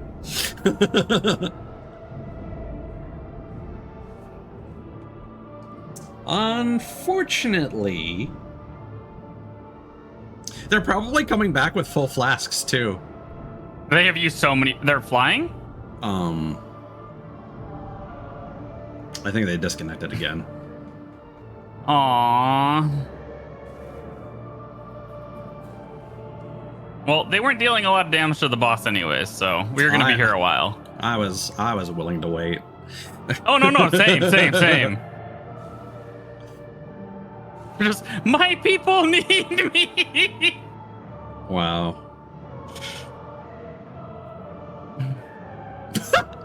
And he's even detecting. The boss is so angry. Is this counterpoint? This person could be hacking. Oh, No. Okay. Never mind. Well. There it is.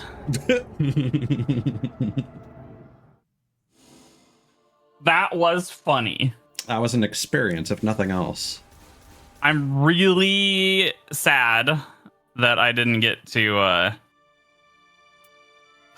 properly attack the boss, but you know. Mm-hmm. Yeah, because I think that was awful on all accounts. Like, Mod had oh no, Azure. absolutely. we should be not going. We should not be going down on the pre-fight boss. No. And yeah, I think that really just comes down to a matter of DPS, honestly. Because like I said before, I've had a 2 Recluse, 1 Duchess run before. And I think it really just comes down to, hey, shitloads of spells going their way. Yeah. Does a lot of damage real fast and gets you through to that second, proper phase. Which I could have done heavier spells at the start. Like I could have Comet Azured him. I should have, honestly, considering I had so many Starlight Shards. So that part of that can be blamed on me. Yeah, I don't think there's. But I mean, the I was really... trying to conserve resources for the second half. Oh, absolutely, and you're not wrong for doing so. Like the fact that we were down a person was the real nail in the coffin there. Yeah. Well, all right. Well, let's run it again, I guess. Yeah. I'll do. Assuming it's not like a night 1 death, I got one more. If it's a night 1 death, I can do 2. That's fair. All right, and then I'm actually going to export something from my Steam clips. If you'll just give me a second. Ow, that's loud. Apologies. Actually, you probably didn't hear that at all. Okay, export.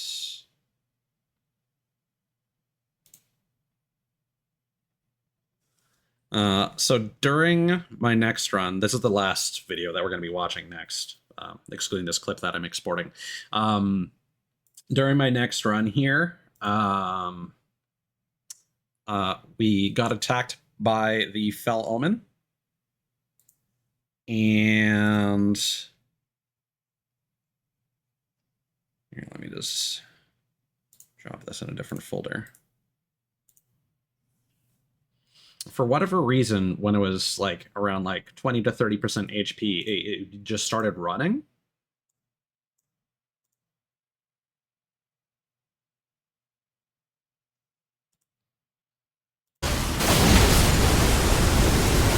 pause that real quick because that's probably really loud.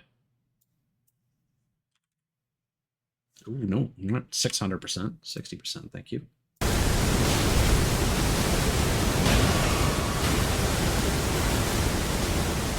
Yeah, so he just starts running. We have to chase him down.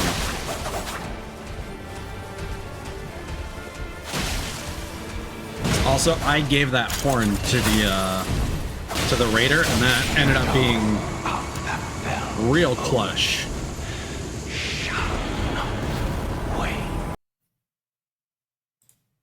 Because they end up using it in the boss fight to extremely great effect. All right, now onto the actual ending for this game, which is the last thing I did in my last achievement. So I think this is at 20% volume, so I'm going to crank it to 300 in OBS, and hopefully this won't be too loud.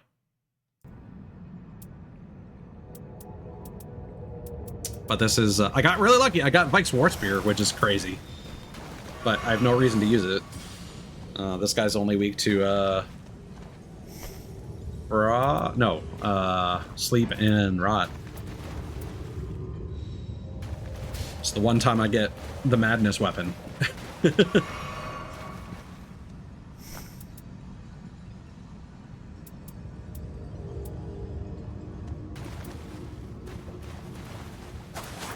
But yeah, at this point I kind of started to understand the boss's moveset better. So I only really have two big oopsies that I already kind of explained earlier.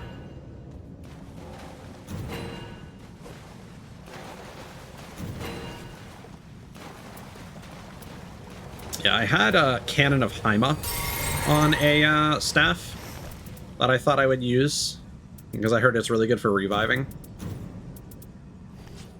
It does like a bar per shot. I accidentally used a Starlight Shard and I was like, I want to combine my stacks. And there's no way to do that apparently without just dropping the item. So these guys, I think, were in a party together, as you'll see soon. You don't get to see it. There's a nice pattern on Duchess's leggings with this costume that you can actually see the skin through it. It's like a floral pattern.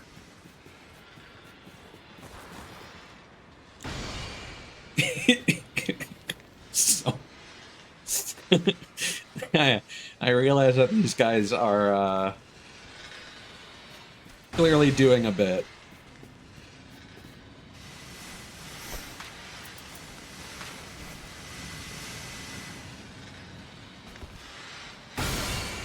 Part of me feels like I should have joined them, but I was enjoying spectating.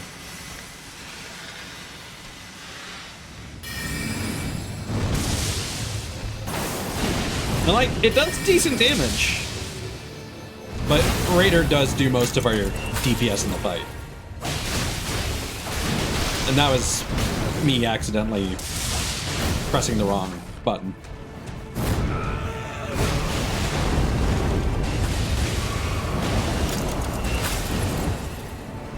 And then I can't lock onto him because I'm obscured by the totem Stella.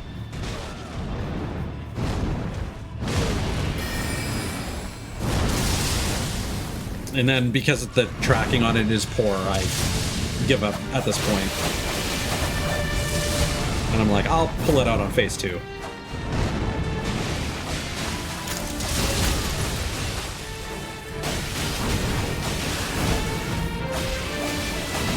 And you can see I'm actually properly dual wielding now.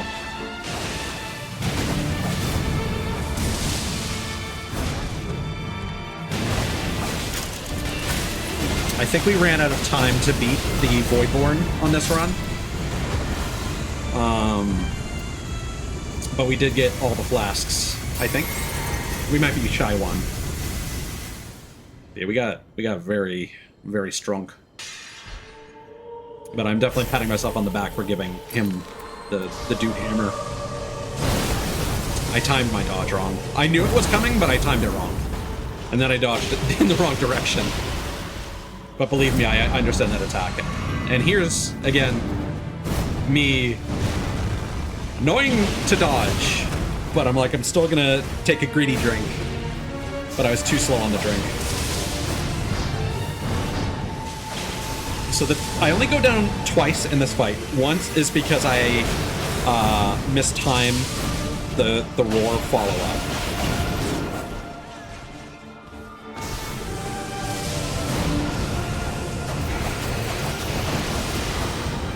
And then the other because of the spirits, because I decide to try casting Cannon of Haima. And like 90% of them go after me. Yeah, probably here. Yeah. See, I was dodging, I just timed it incorrectly.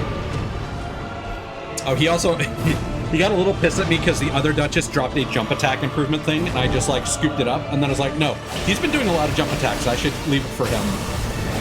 And he used that to great effect to revive us. Yep. And here's where I go down again. Because I'm like, I can cast magic. Oop, nope, nope, nope, nope. Okay, no, it wasn't 90% of them. It was only a couple, but they did severe damage. So he comes here and clears like an entire bar with one attack. So I also want to point out that I have the bubble tier that gives extreme damage resistance to one attack. And my plan is if I'm ever out of position for his big ultimate ground slam, that I can quickly drink that.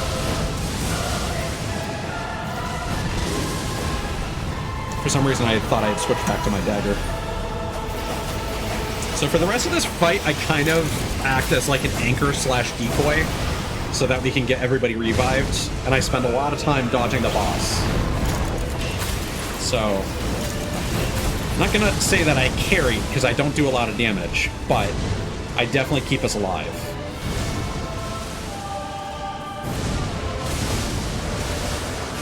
And again, that thing, that skill on the Doot Hammer is crazy. Crazy strong. Because it's holy.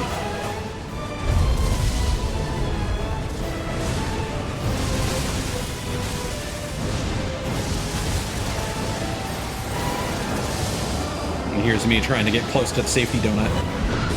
But then, so I'm actually just on the edge.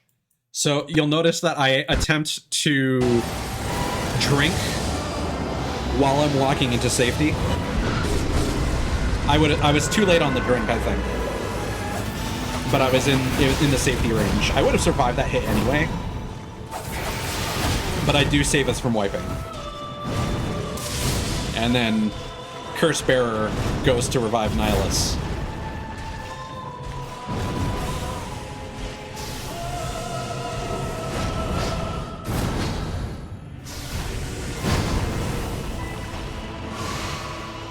Getting great use out of the double dodge. Yeah, and I'm like, yeah, don't stand too close to him.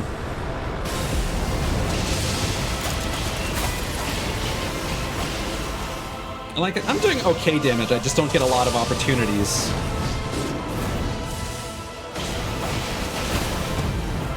And then I think I play decoy again. And this time I remember. The second attack. Oh, they both go down. Now I'm at full health, so I'm like, I'm just gonna go. I'm just gonna get Curse Bearer back up. Because he can revive Nihilus faster than I can. And I can revive Curse Bearer pretty quickly with my dual wielding. So now he's got Gladius's fire element. I've also seen him with Gaping Jaw's poison. And the, much like, the skyboxes are different for all the Night Lords as well. Like how, Fisher in the Fog has the Dragon's Eye.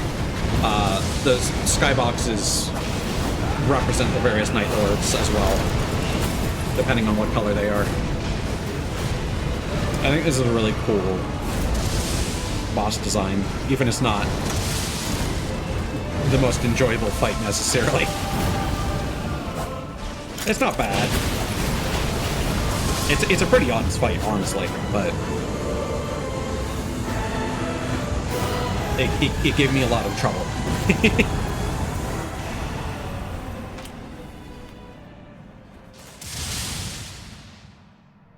But yeah, I felt like that run went very, very well.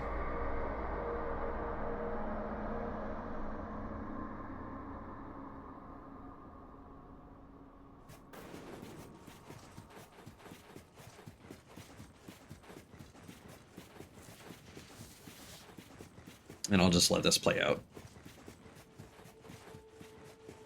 Probably run some ads during the credits.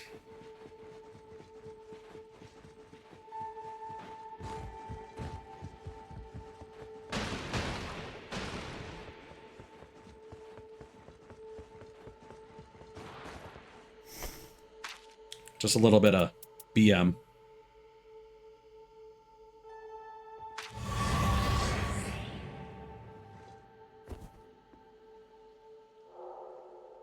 Offer the Night Lord's rune.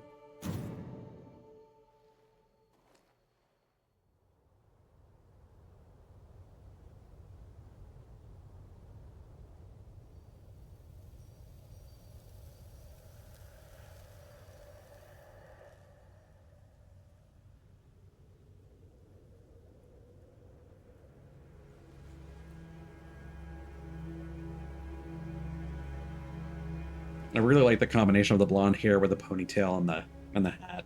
Looks really good.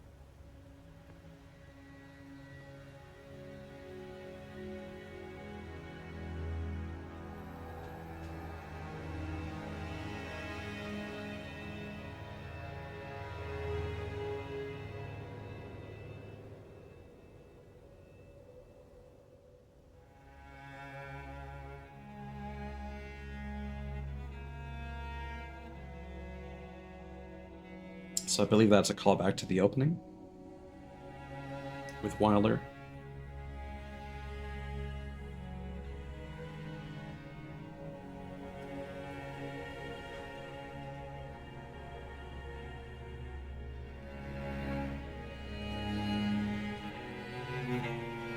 I want to say something like this appears in the base game as well, where everything's grayscale. But I forget.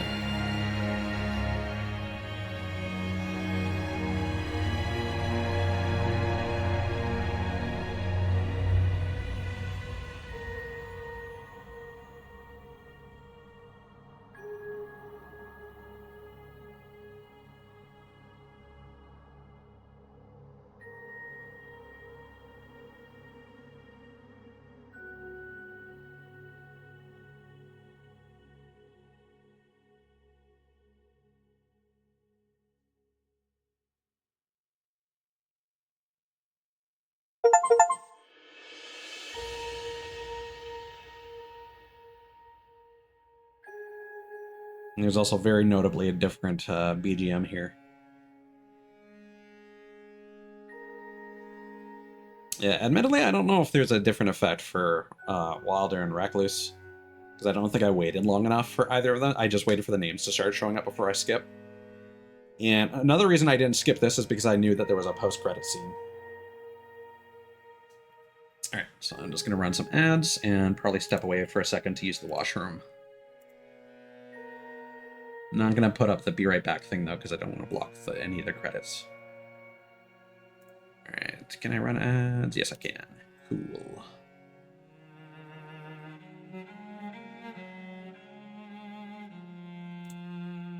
I'll be right back.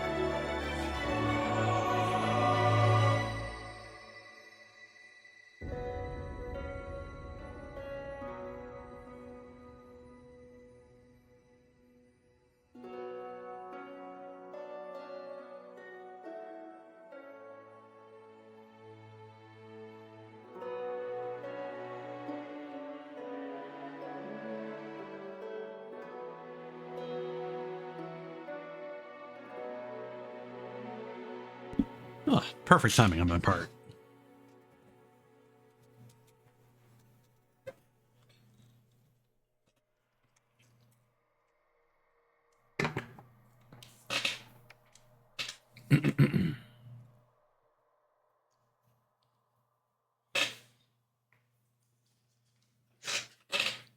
I don't like how my mic is picking that up so clearly.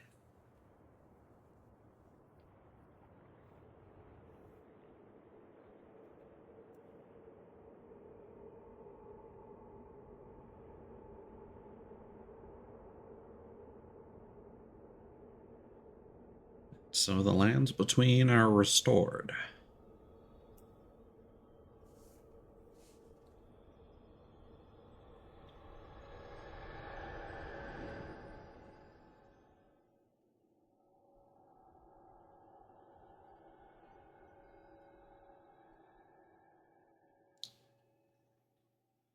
And yet...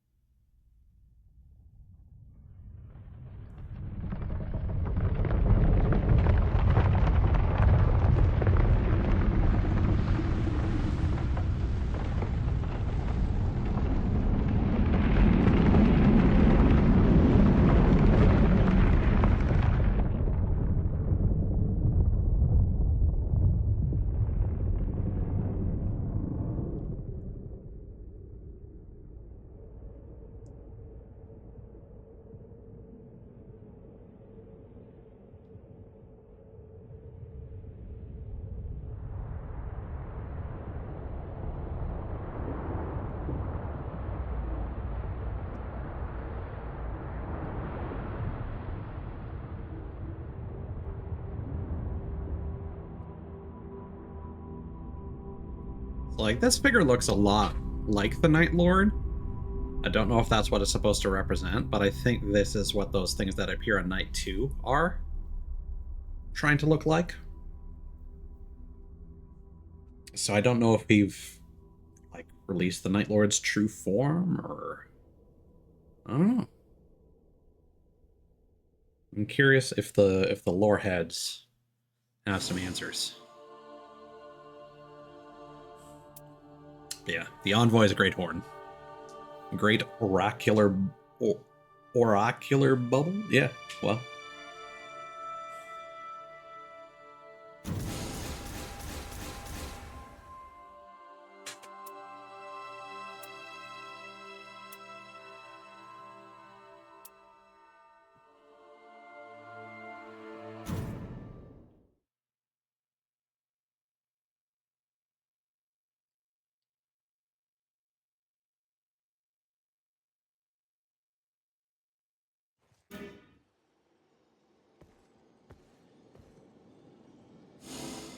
And this is when I see this. I'm like, what?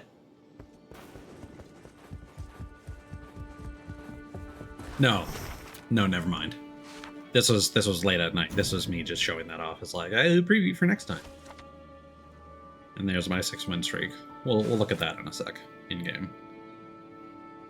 And this is me trying to figure out, how many runs did this take? Because I reached the cap of 100 before they start getting deleted. I'm going to say like around 103, 104. Because my first victory, I think, was like my 4th. So actually, that's probably 102. Because that was my first victory at the bottom there. And there would have been 3 more before that, and only 1 more. 1 was on the list. All right. So, let me just adjust the volume of the video playback and hide that. Get rid of these excess clips I no longer require. Well, I'll probably keep the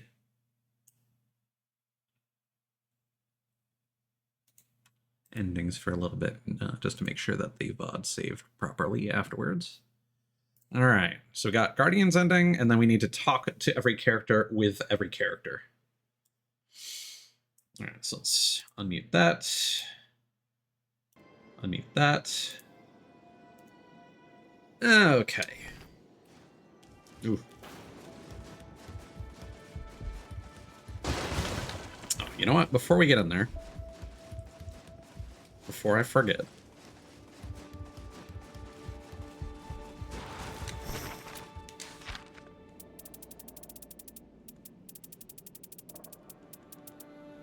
Yeah, so we had the 3-win streak with mod.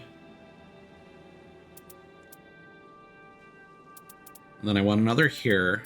I did that solo one. These were 2 quits, and then I won this one. So if we go to... Yeah, let's say we did a bunch of runs, unfortunately.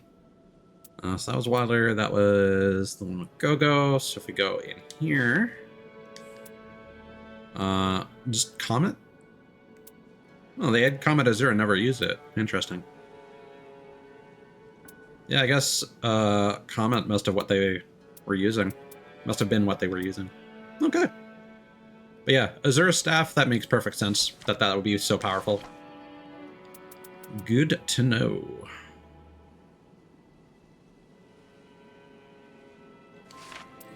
And just another random detail just for my understanding. So like Recluse has S in both Faith and Intelligence. She can use either. Revenant has B in Intelligence, S in Faith, and then Duchess actually has A in Intelligence, and then B in Faith. And then like every other character is like D and C.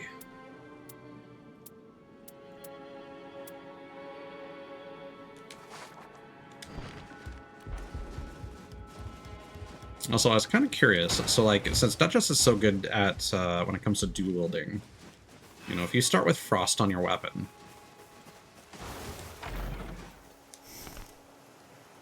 when it comes to daggers, how common is bleed? So there's Reduvio, which is really good. There's the Wakizashi, the Bloodstained Dagger, and the Great Knife. Okay, so there are a few bleed options. Additionally, apparently Frost, because it's magic element, causes the weapon to scale with int. I don't know how true that is. Apparently Chilling Mist does that as well. So doing either of those will make the weapon better for her, because she has A in int. Actually, what's her dexterity?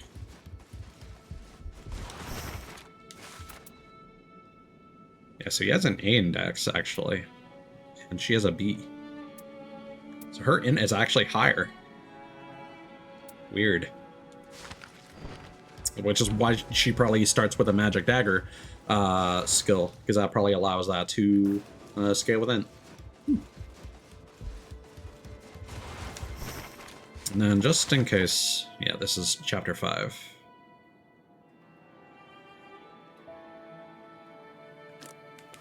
With Wilder, we started with... Yeah.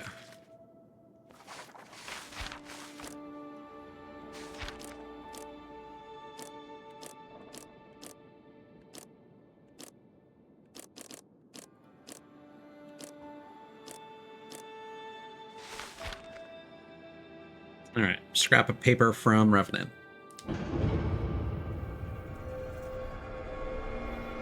As we now know that the Recluse made the Ichthyoros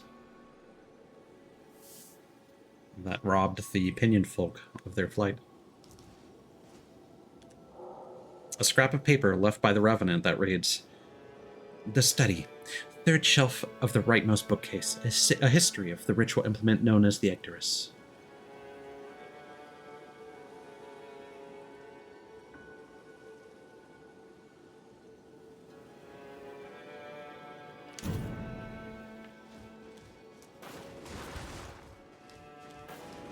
So assuming this is the study, not the room with the beds in it. Rightmost.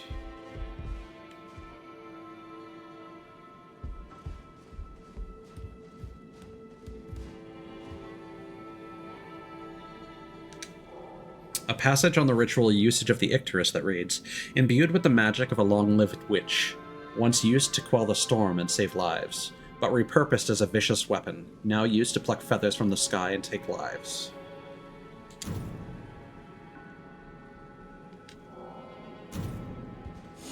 So it was perverted beyond its original intention.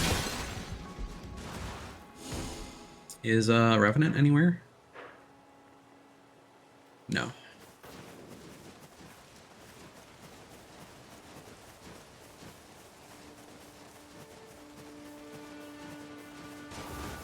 I also got the Emerald Maiden. What is it? Are you the maker of the curse? I see thou hast my role in thy plight deduced. Indeed, I am the one who tore thy kind from the sky. This is a crystallization of that accursed magic. I entrust it to thee. Witch's brooch. A brooch imbued with potent magic.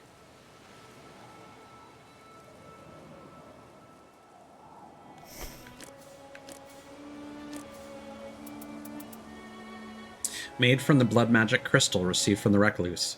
This brooch powered the accursed Icterus weapons that once robbed the Pinion Folk of flight. At first, this magic brooch, with its aura of unknowable power, was intended as a ceremonial tool to calm violent winds. But the war, for better or worse, demanded that it be employed otherwise, as a magic artifact to bring a swift end to the conflict.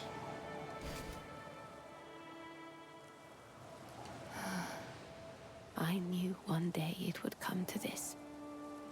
Now, do as thou wilt with me.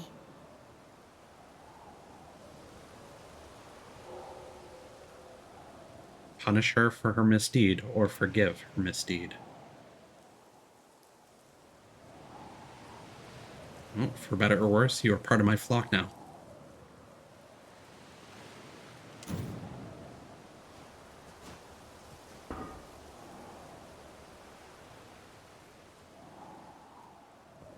But why? The fault lies with me. For thy people's... Cabela, welcome on I in. understand. I will not forget this kindness. My utmost thanks, good Sir Knight. You're playing some Zomboid, I see. How did that go? Hope you had a good stream. Evening's a bit of an understatement. It's 5 a.m. here. My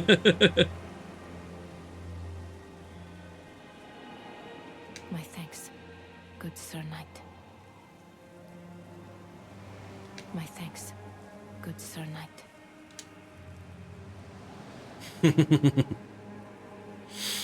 An interesting detail is that if you do punish her, I don't know, I'm gonna have to look that up to see what actually happens, but I'm assuming instead of actually striking her with the halberd, you simply crack the brooch, because it becomes the cracked witch's brooch. Still has the same effect as a relic, but it becomes different. And using the new stuff that they just added with the new boss fight, you can actually restore it or convert it either way if you change your mind after the fact, I guess. It's a little weird, but that's a thing. Yeah, no worries. Thank you for the raid. Hope you get some good rest. I'm enjoying it. It is very hard, so I do highly recommend playing the base game first if you haven't. Definitely experience with that would be very helpful, because everything in this game builds on that and is also still really complex. Thank you very much.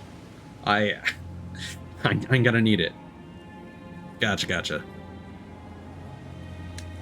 I mean, this is more of it, but it's also like some of the most difficult parts of it. Yeah, Andre, thank you.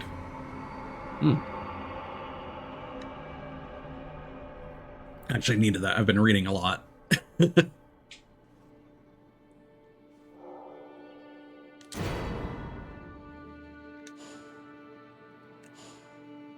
All right. Yeah, good night. This is a memory of the new flock. The guardian could not bring himself to harm the recluse, though she was indeed the one who birthed the curse which wrenched away the wings of his former flock. She was one feather utterly essential to the new. The guardian weighed both thoughts in his mind. He knew then what it was he must protect, and as proof of his knighthood, his very resolution, he would don the helm that the giant of a man had mended for his wear. Taking it in hand, the guardian stepped forth with renewed purpose. Yeah, I feel like it makes more sense to crack the brooch, but not punish her. So, I am curious if this chapter 10 text changes at all if you go the other route, and what he actually does in that cutscene. But I personally wouldn't select the option to punish her, but to punish the brooch itself.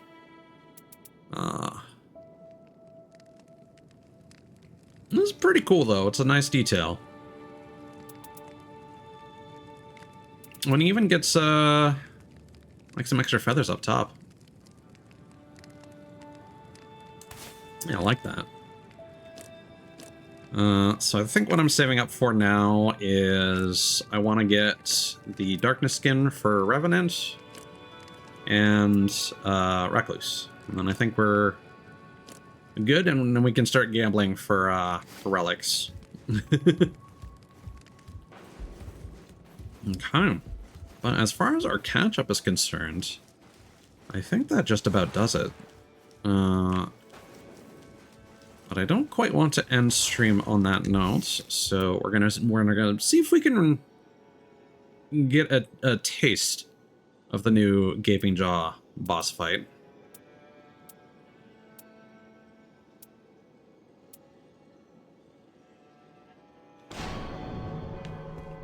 And I think I'll run Duchess for that.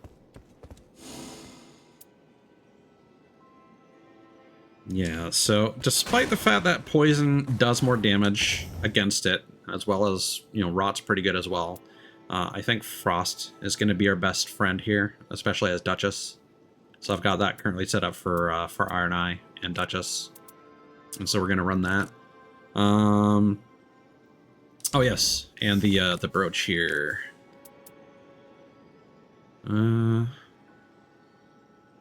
Yeah, I don't think the description changed at all.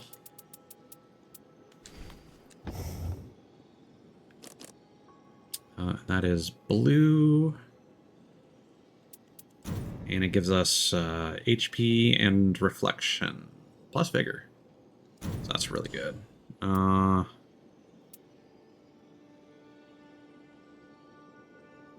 So what we can do here is we can throw that on.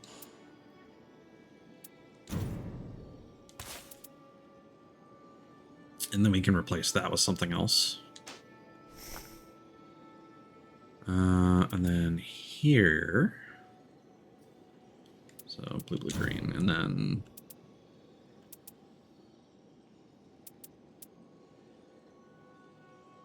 duration for character skill, HP, reflection.